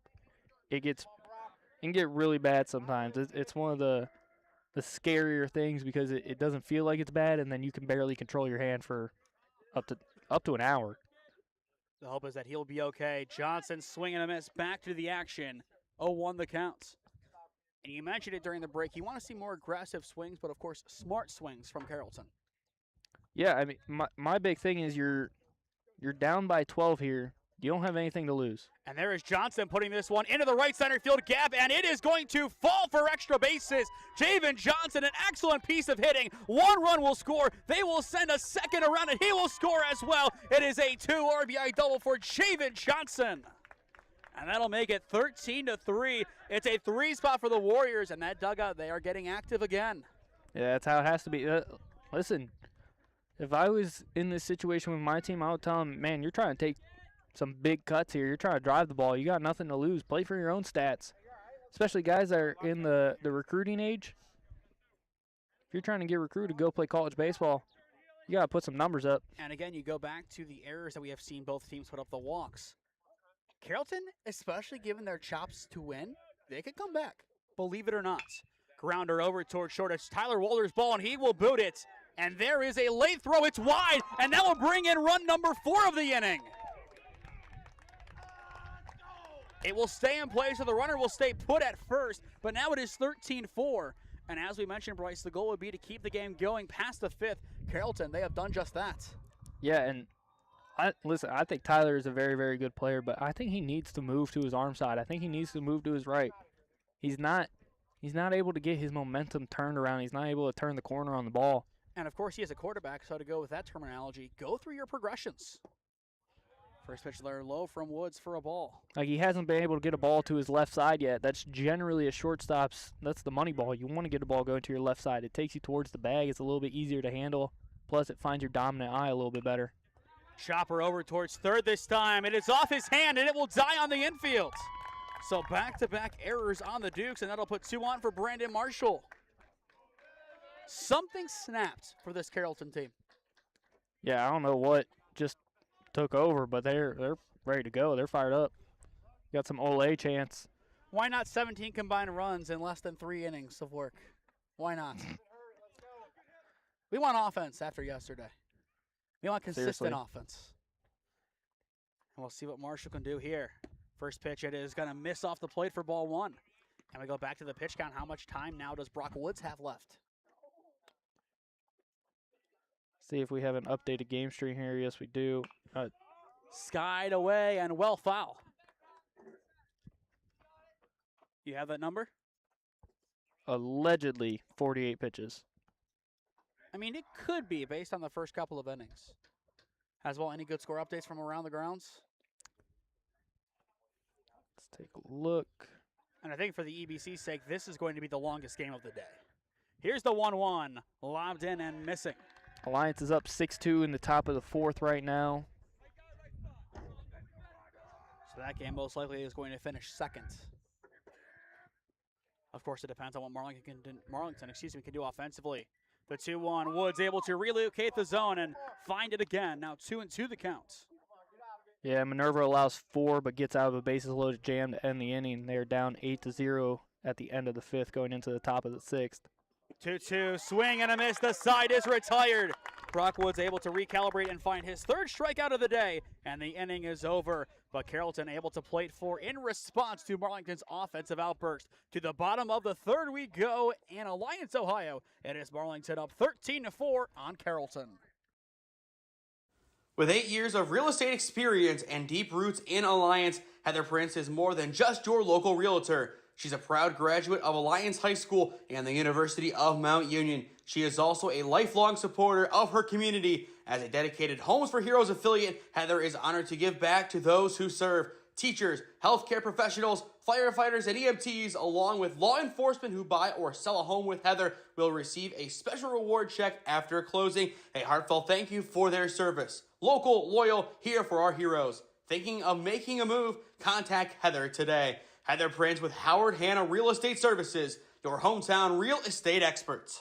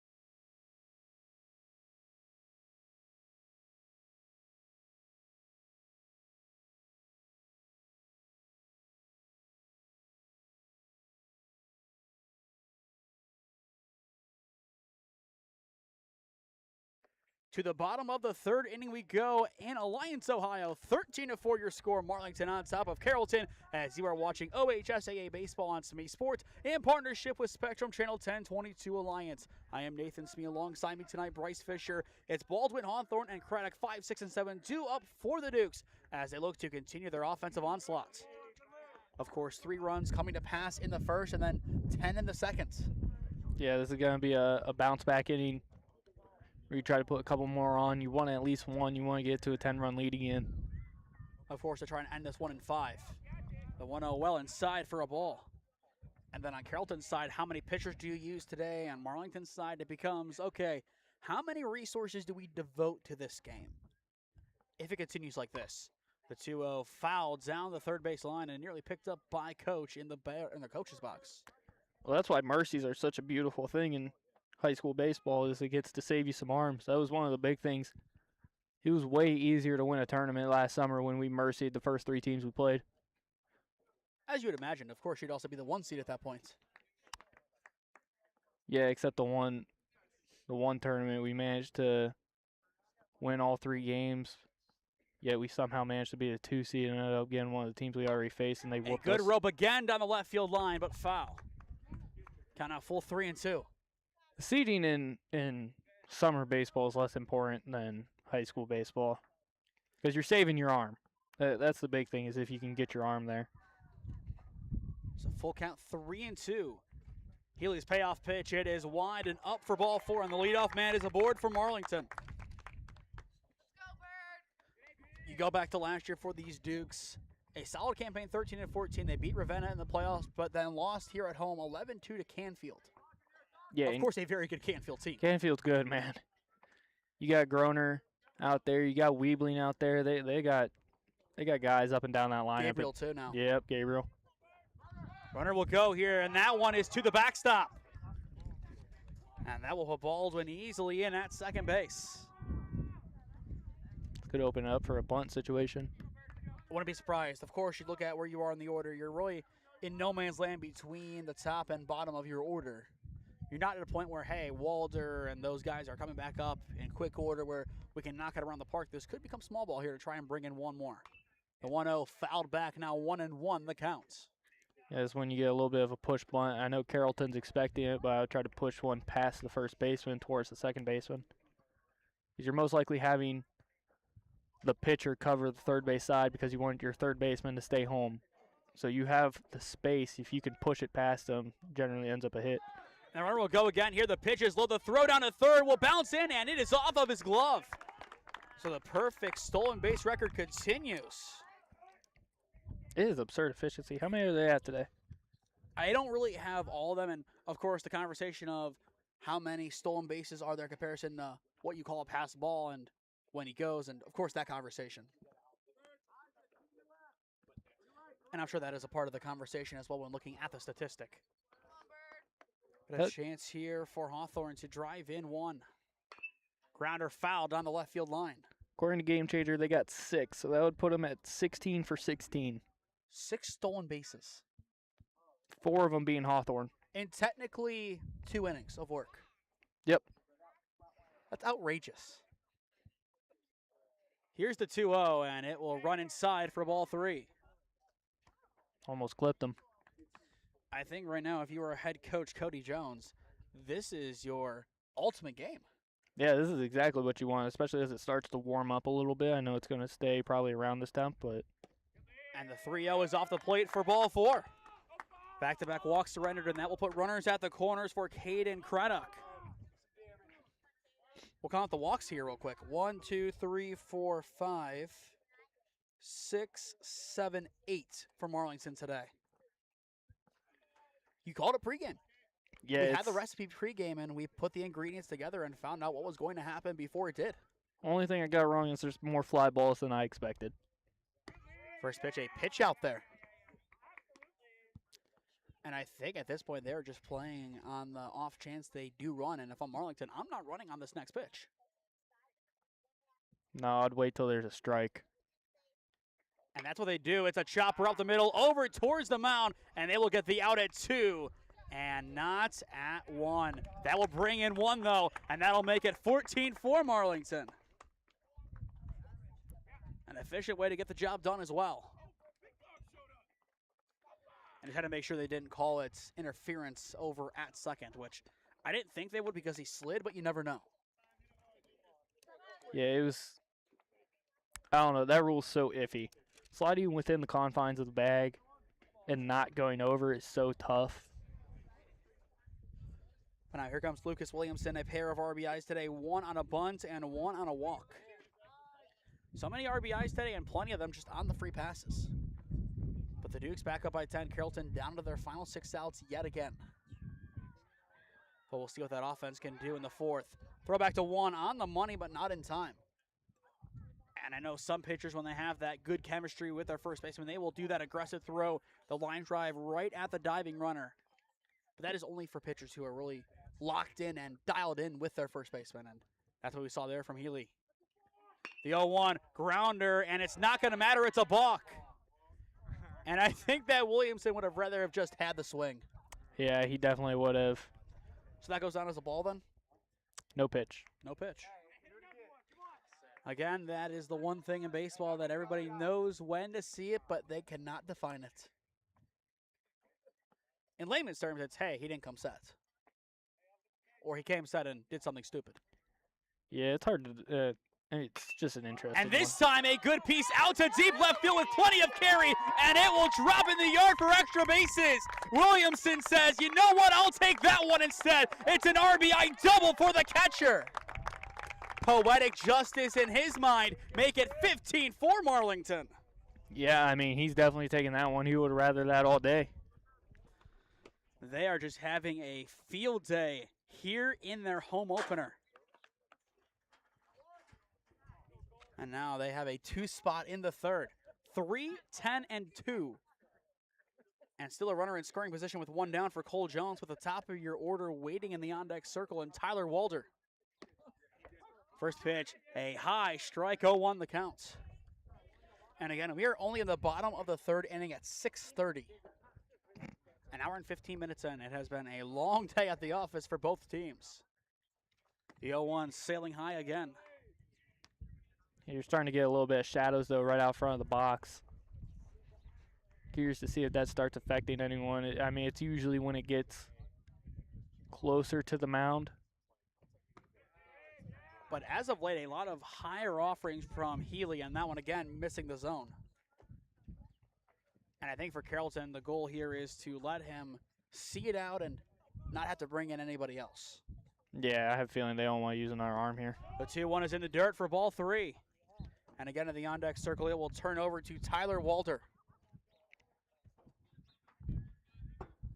And so far today, he is 2 for 2 with a walk and an RBI along with 2 base knocks. He is wanting more. And he will have a chance with 2 runners on. There is ball 4. It is the 3rd walk surrendered of the inning. And the Dukes will begin their 4th go-around today. For reference, Carrollton, they have only had 17 hitters. but it looks like they will make the call to the bullpen here, and when we return, we will have a name of the new pitcher of Carrollton. 15-4 your score on Marlington on SmeeSports.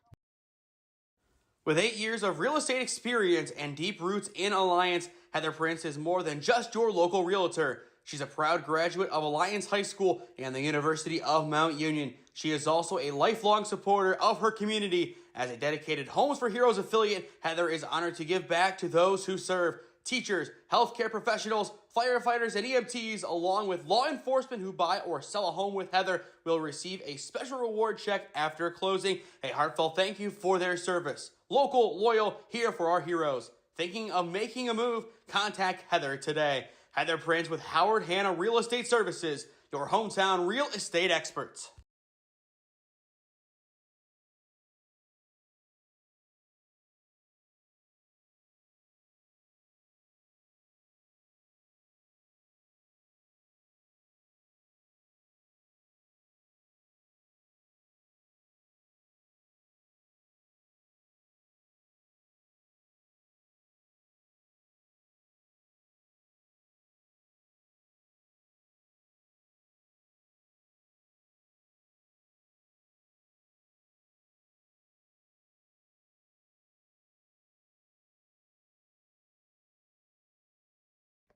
The call to the bullpen has been made by Carrollton.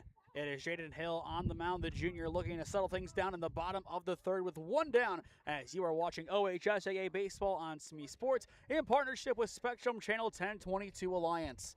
Home opener for Marlington, and it has been family fun day at the park. Yeah, everyone's kind of involved in this one. And Tyler Walter, he wants some further involvement here. 2 for 2 on the day with an RBI single to his name. The first pitch he will see is off the plate for a ball. And if you're Marlington, if you score 5 more runs today, you would double your season tally from 3 games. That speaks volumes about how strong this offense has been today. Yeah, they've been on fire so far. The 1-0 hits them. So the bases will be loaded for Logan Smith. And I think if my notes serve me correct, Logan Smith is still looking for an extra base hit. On the season, yes. Then, of course, in the on-deck circle, somebody wants a grand slam. Yeah, I mean, I'm sure he's looking for it, but at this point in the game, why not? I have a feeling Logan Smith's going to hit another single. Just call me crazy. You know what? I can see it. We'll see. I mean, there's a 60% chance, so. I like those odds. First pitch off the plate for a ball. Again, just the way that Marlington has played today. They haven't been arrogant. They haven't been cocky. They have played their brand of baseball, and they have played it so well. Yeah, they've done a really good job here, and you let your power hitter be a power hitter, but everyone else has been playing just good, clean baseball. It's team baseball. Yeah. Everybody has a role, and they have played it today. And again, you have 12 players active, 1 player coming back from injury, so realistically 11 guys that can play today. This team is scary good. We'll see what happens the rest of the season from here. The 2-0 taken for a strike. But again, we'll see what happens across the coming weeks, but it could become an Alliance Marlington battle for first place in the conference. Or even West Branch getting back in the mix, and we'll see them in a few weeks from now. I feel like it's an Alliance type of year. Could be. Now a 3-1 count on Smith as he takes that one in the dirt, but for Alliance, we will see the rest of the conference against them. We will have next week Carrollton, followed by West Branch the next week, Minerva the following, and then the first week of May, it is Alliance Marlington, the backyard brawl. I'm excited for that one. That's going to be a good one. A really, really good game. The 3-1 sails high for ball 4, and Smith will walk in a run. An RBI walk for him, and the bases are loaded for Brock Woods. All right, threes, let's go now. Imagine the scenes if he actually does it. If he hits a grand slam, I don't know what I'll do. I'll buy you hot heads for dinner tonight if he hits a grand slam here. I'll make that deal right now. I'd be so impressed, but for some reason, just my gut says he could. Instead of hot heads, an almost heaven milkshake. I'll agree to that. The 0-1. Woods, a chopper up the middle, and it will squeak to short. There is the out at 2 and at 1. It is a double play, and the side is retired. I don't think that could have been any further from what you were going for. Yeah, but I like all of Roman, sorry, that's his cousin. All of Brock's family going, oh. I think everybody on Marlington simultaneously made that same sound, but still the damage has been done. Marlington in a great spot here, up big on Carrollton.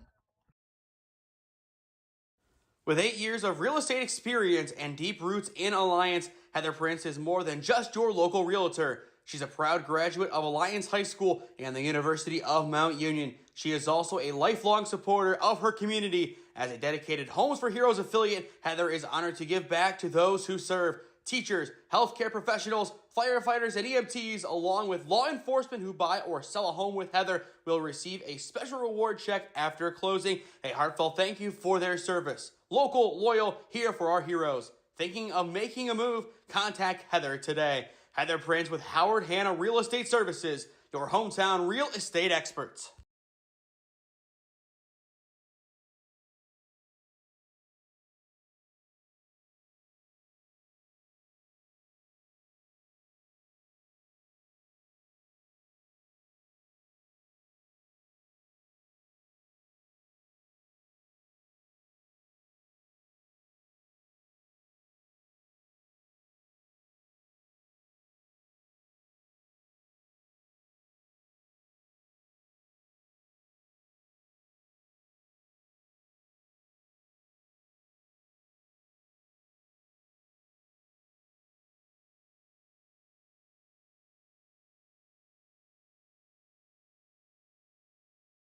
Welcome back to Marlington High School. A great day of baseball all the way around in the Eastern Buckeye Conference.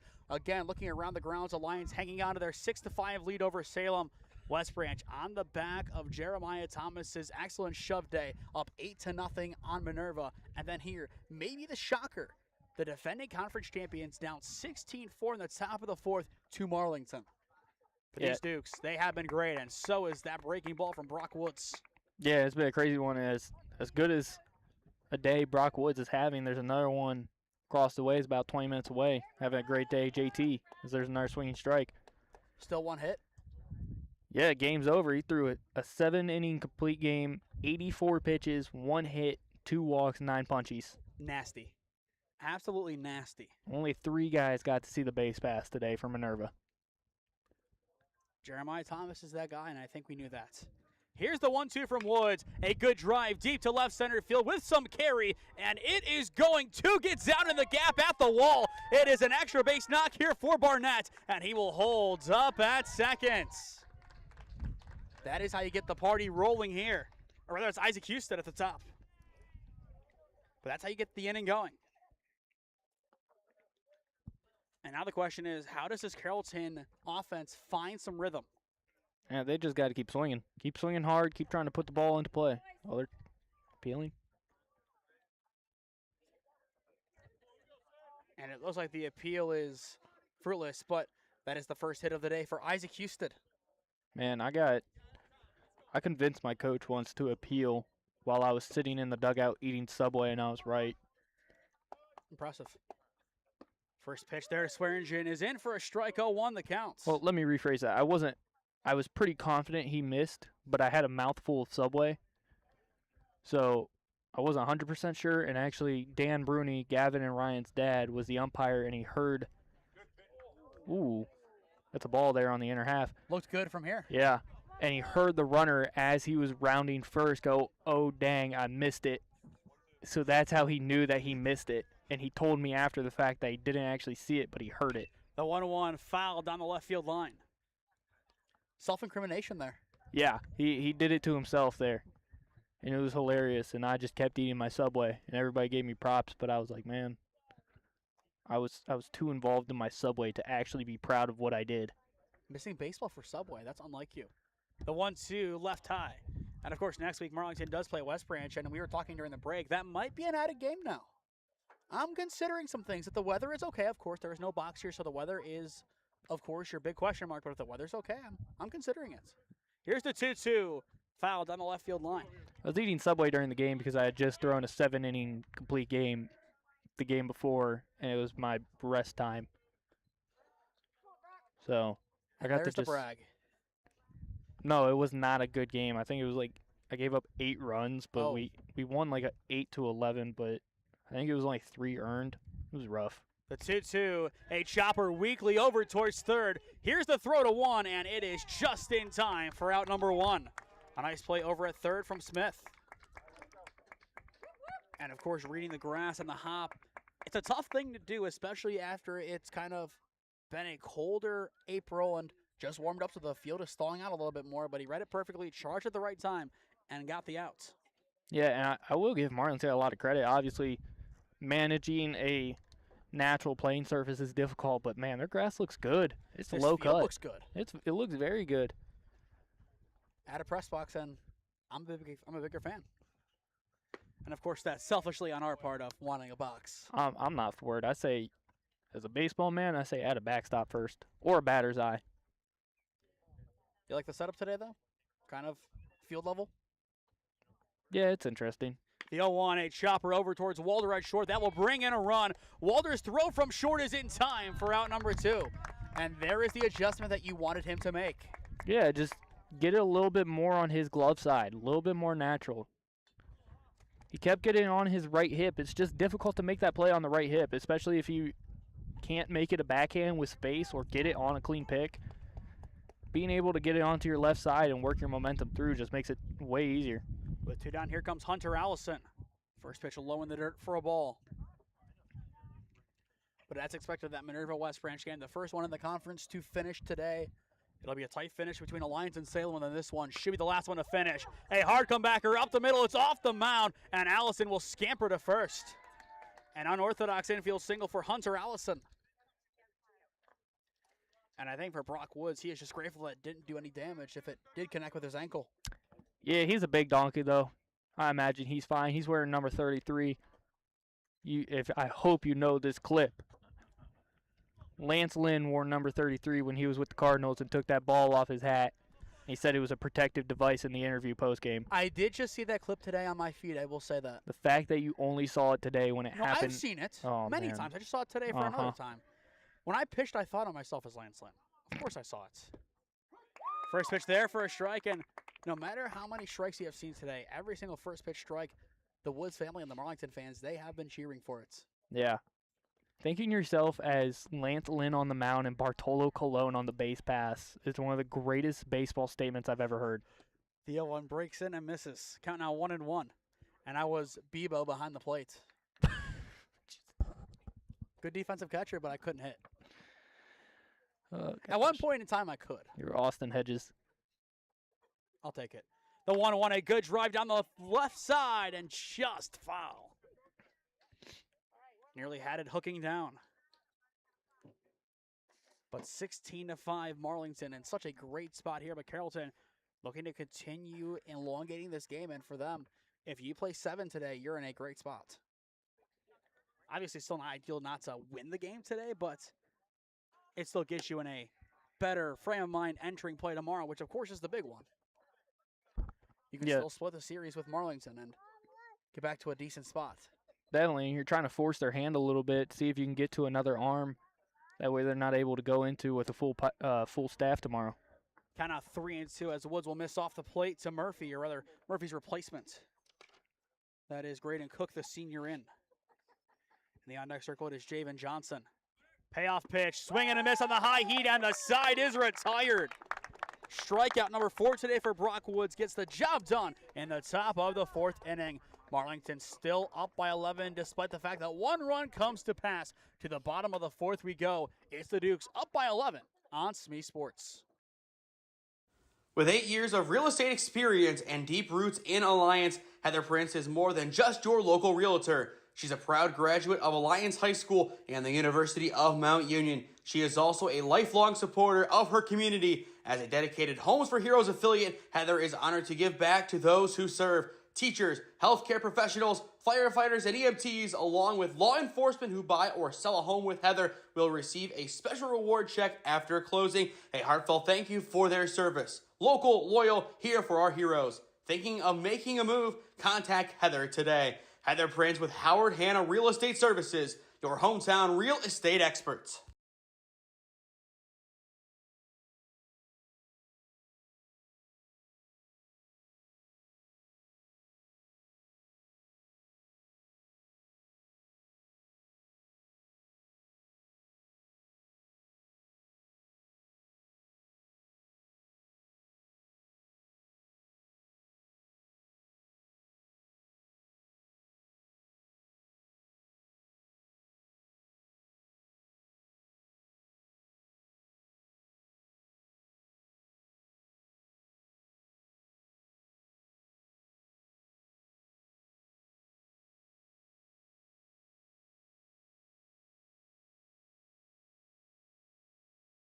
Before we get back to the action, if you or someone you know is a business owner looking to sponsor broadcasts in the Cleveland or Stark County area, contact us at one of those avenues on your screen, and I would love to work out a deal with you to promote the best of your business and your brand.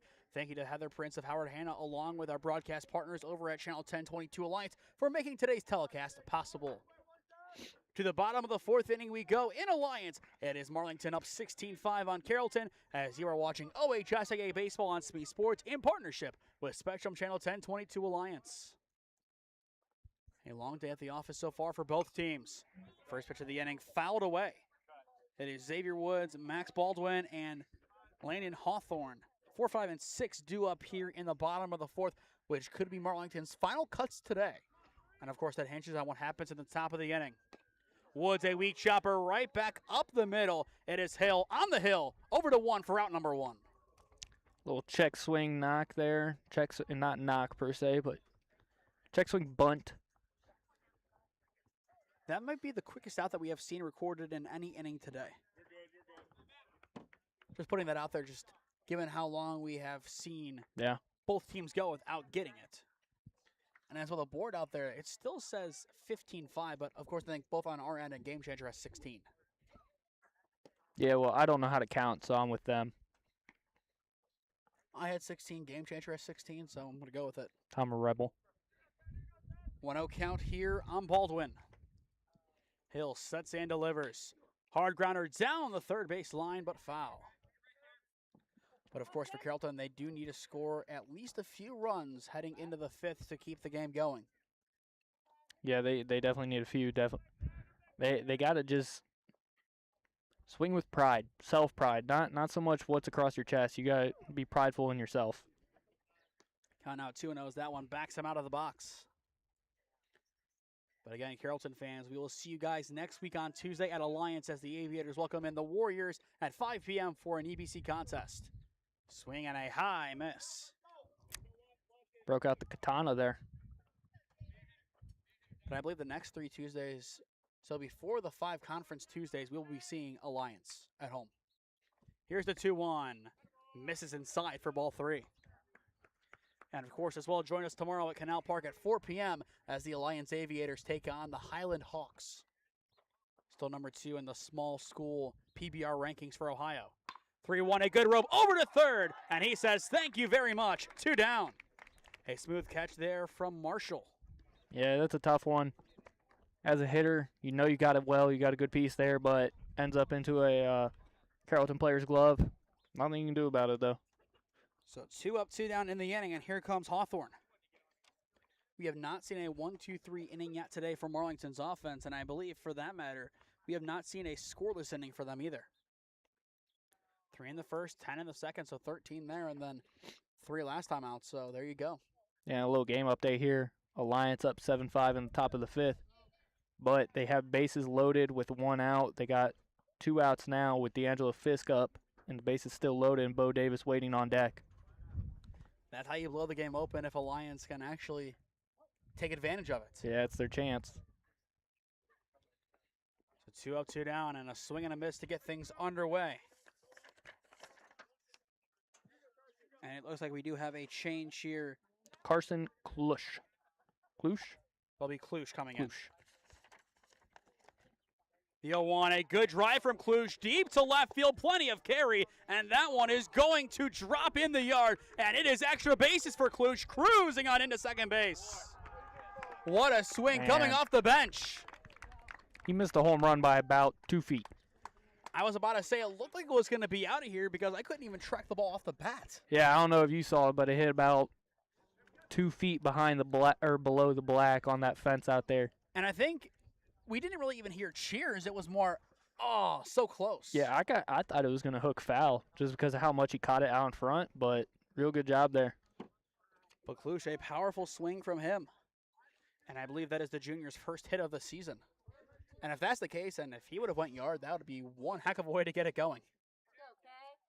So a runner at second with 2 down here, and that'll bring up Craddock, the left fielder. And after him in the on-deck circle, it is Williamson. First pitch fouled back. And the net does hold up. Not exactly sure what happened in the Alliance game. There was an error on a pop fly in the infield to the second baseman, but it plated 2. Now you got runners on the corners with 2 outs, and Bo Davis up 9-5 Alliance. That game being blown open as we speak. So again, if all the results hold around the grounds, West Branch already getting the win today. Alliance looking to get the win at Salem, and then Marlington today. You have your teams in a good spot through one game day, or in Alliance's case, 2. A good shot into left center field. It'll be called off, and it'll be caught, and the side is retired. Marlington, for the first time today, a goose egg in the bottom of the 4th inning. But their damage, it has been more than done already. Carrollton, they need some run support when we return. It's Marlington up big on SmeeSports.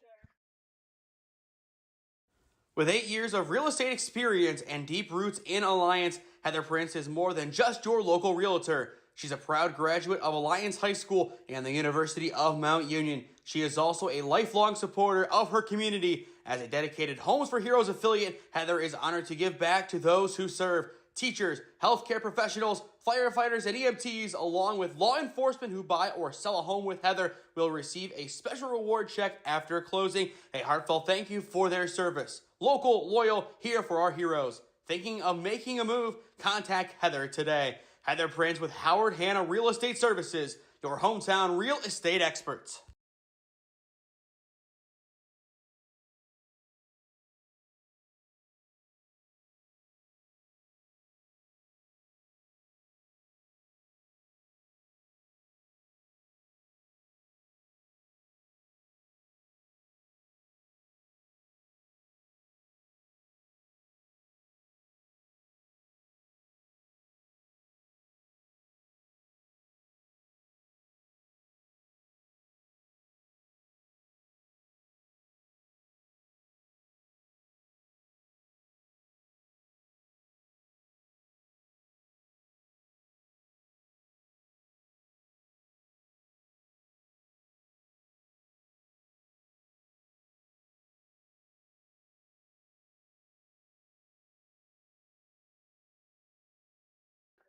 Top of 5 at Marlington High School, 16-5 your score. The task here is simple for the Carrollton Warriors. You play 2, and you get to keep playing. If you don't, Marlington, they will get their run rule victory. As of right now, the lone run rule win of the day in the EBC. First pitch of the inning is off the plate for a ball. And the Carrollton team, they did get a team talk from one of their assistants. What do you think was the message? If you're not going to play for your team, you got to play for yourself. You got to find a reason you want to play. And, of course, it is just a tough spot all the way around right now. And in the on-deck circle, it is going to be Hill in place of Houston. But if Carrollton can continue just finding some rhythm, they have a chance to play a couple. We did see them play a few innings now. So it's not out of the realm of possibility. And, again, I think a moral victory for them would be to see this one out through 7. Yeah, that would be, I don't want to say a moral victory. Just, it would be I'll say small moral victory. It has meaning. It has value if you're able to push this one to 7, but you never want to lose. That's the big thing. The 1-2-8 chopper, a weak one over towards Walder at short. He will charge it, and his throw is not in time. Johnson just beats it down the line for an infield single. But Tyler Walder, another good adjustment on his throw. Yeah, that was a good job to come get that one. And I don't... I thought he got him. I thought it was close. Now, if he got him or not, I don't know. But I do agree it was a little bit closer than initially led on. And Woods right back to work, finds a first pitch strike on Hill. I will say, though, I am always biased in favor of pitchers and defense.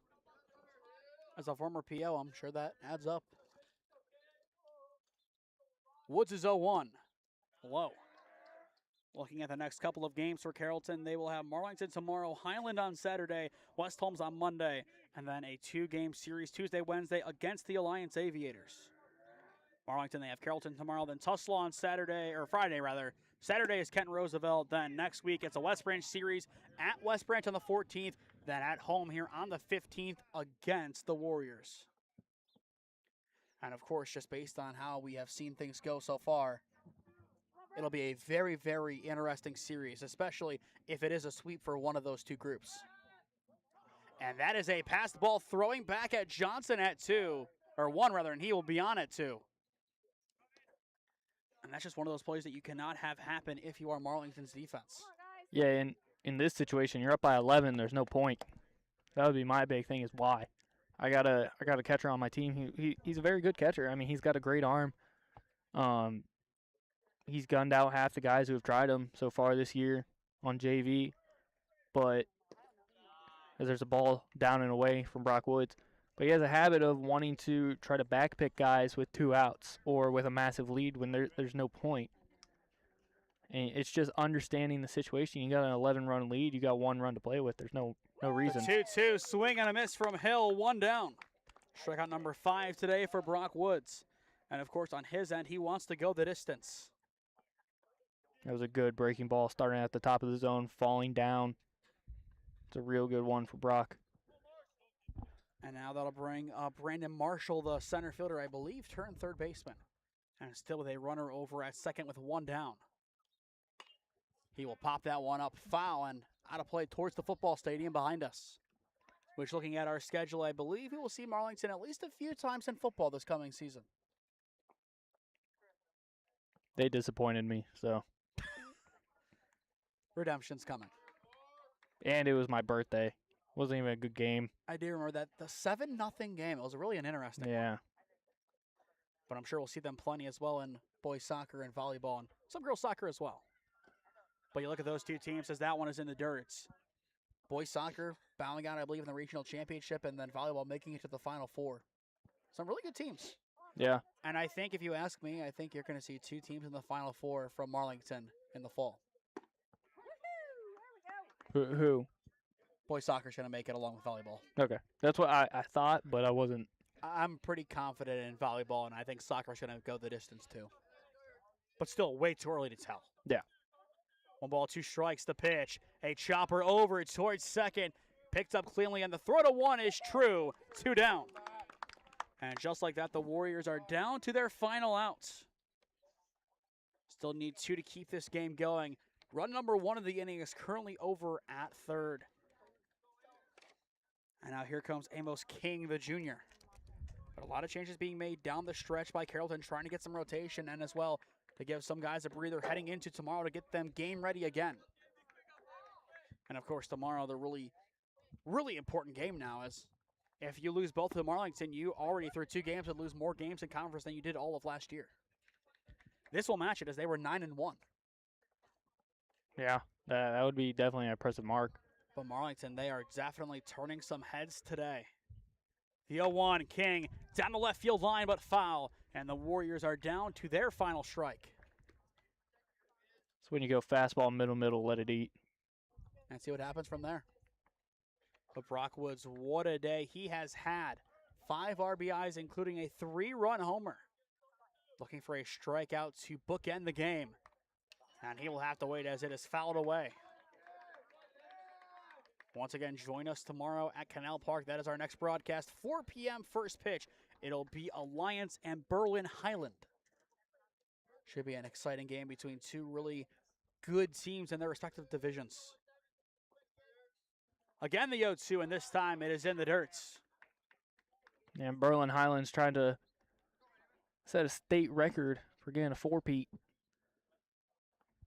Still early on in the season, and I think a lot of tomorrow is going to hinge on what happens today over at Indian Valley. Here's the 1-2. It is in the dirt and blocked again by Williamson. And we haven't talked about him enough. A couple of good blocks today, and as well some great attempts, whether it be stealing or at the plate swinging or just being patient. Yeah, he's done a great job. I've been really impressed with him. Definitely a player to look out for the future. The 2-2 popped up and out of play. And again, going through this Marlington roster, junior, freshman, sophomore, junior, junior, sophomore, freshman, senior. A lot of players that are coming back next year. Yeah. And this year is still young. The 2-2 again popped up and out of play. An excellent at-bat here, though, from Amos King. Plenty of fights. Yeah, and we're out of baseballs here. It's not a baseball game in the OHSAA if you do not hear the ref or, the umpire say, hey, we need some baseballs. Yeah. 2 balls, 2 strikes. Again, the pitch. Grounder over towards third. This could do it. The throw across the diamond is low but in time, and that will seal the deal for Marlington. They will get a win to begin EBC play. 16-5 your final. A strong outing today, start to finish, for the Marlington Dukes. Impressive. That's the only way to put it right now. Yeah, all around impressive. It was a very, very good outing. Pitching-wise, phenomenal. The bats obviously came alive. That was a great game. This team has to be proud of themselves with the way they handled it. Carrollton did a good job to try to chip away, but all around, what a game from Marlington. But as the teams exchange pleasantries, we will step aside here on SmeeSports. When we return, we will announce our player of the game presented by SmeeSports as you are watching OHSAA Baseball in partnership with Spectrum Channel 1022 Alliance. With 8 years of real estate experience and deep roots in Alliance, Heather Prince is more than just your local realtor. She's a proud graduate of Alliance High School and the University of Mount Union. She is also a lifelong supporter of her community. As a dedicated Homes for Heroes affiliate, Heather is honored to give back to those who serve. Teachers, healthcare professionals, firefighters, and EMTs, along with law enforcement who buy or sell a home with Heather, will receive a special reward check after closing. A heartfelt thank you for their service. Local, loyal, here for our heroes. Thinking of making a move? Contact Heather today. Heather Prince with Howard Hanna Real Estate Services, your hometown real estate experts. Welcome back to Marlington High School, 16-5 your final. The Dukes a big win today over the Carrollton Warriors. I am Nathan Smee, alongside me today, Bryce Fisher. Your player of the game presented by SmeeSports, it is Brock Woods. And Bryce, I'll let you take over on this one. Talk about Brock Woods and his overall stat lines today. Yeah, he had a heck of a day, going 2 for 4 at the plate, plating 3 runs himself, collecting 5 RBIs, no strikeouts at the plate either, and those 2 hits were big ones. Going long distances, he's got a home run going about 370 feet and a double at the plate. And on the mound, man, what a day. 93 pitches for a 5-inning game, giving up 6 hits, 5 runs, only 1 of them being earned, no walks, and 5 punchies. Obviously, he had a couple hit-by pitches, but heck of a day, only allowing 6 runners to find their way onto base.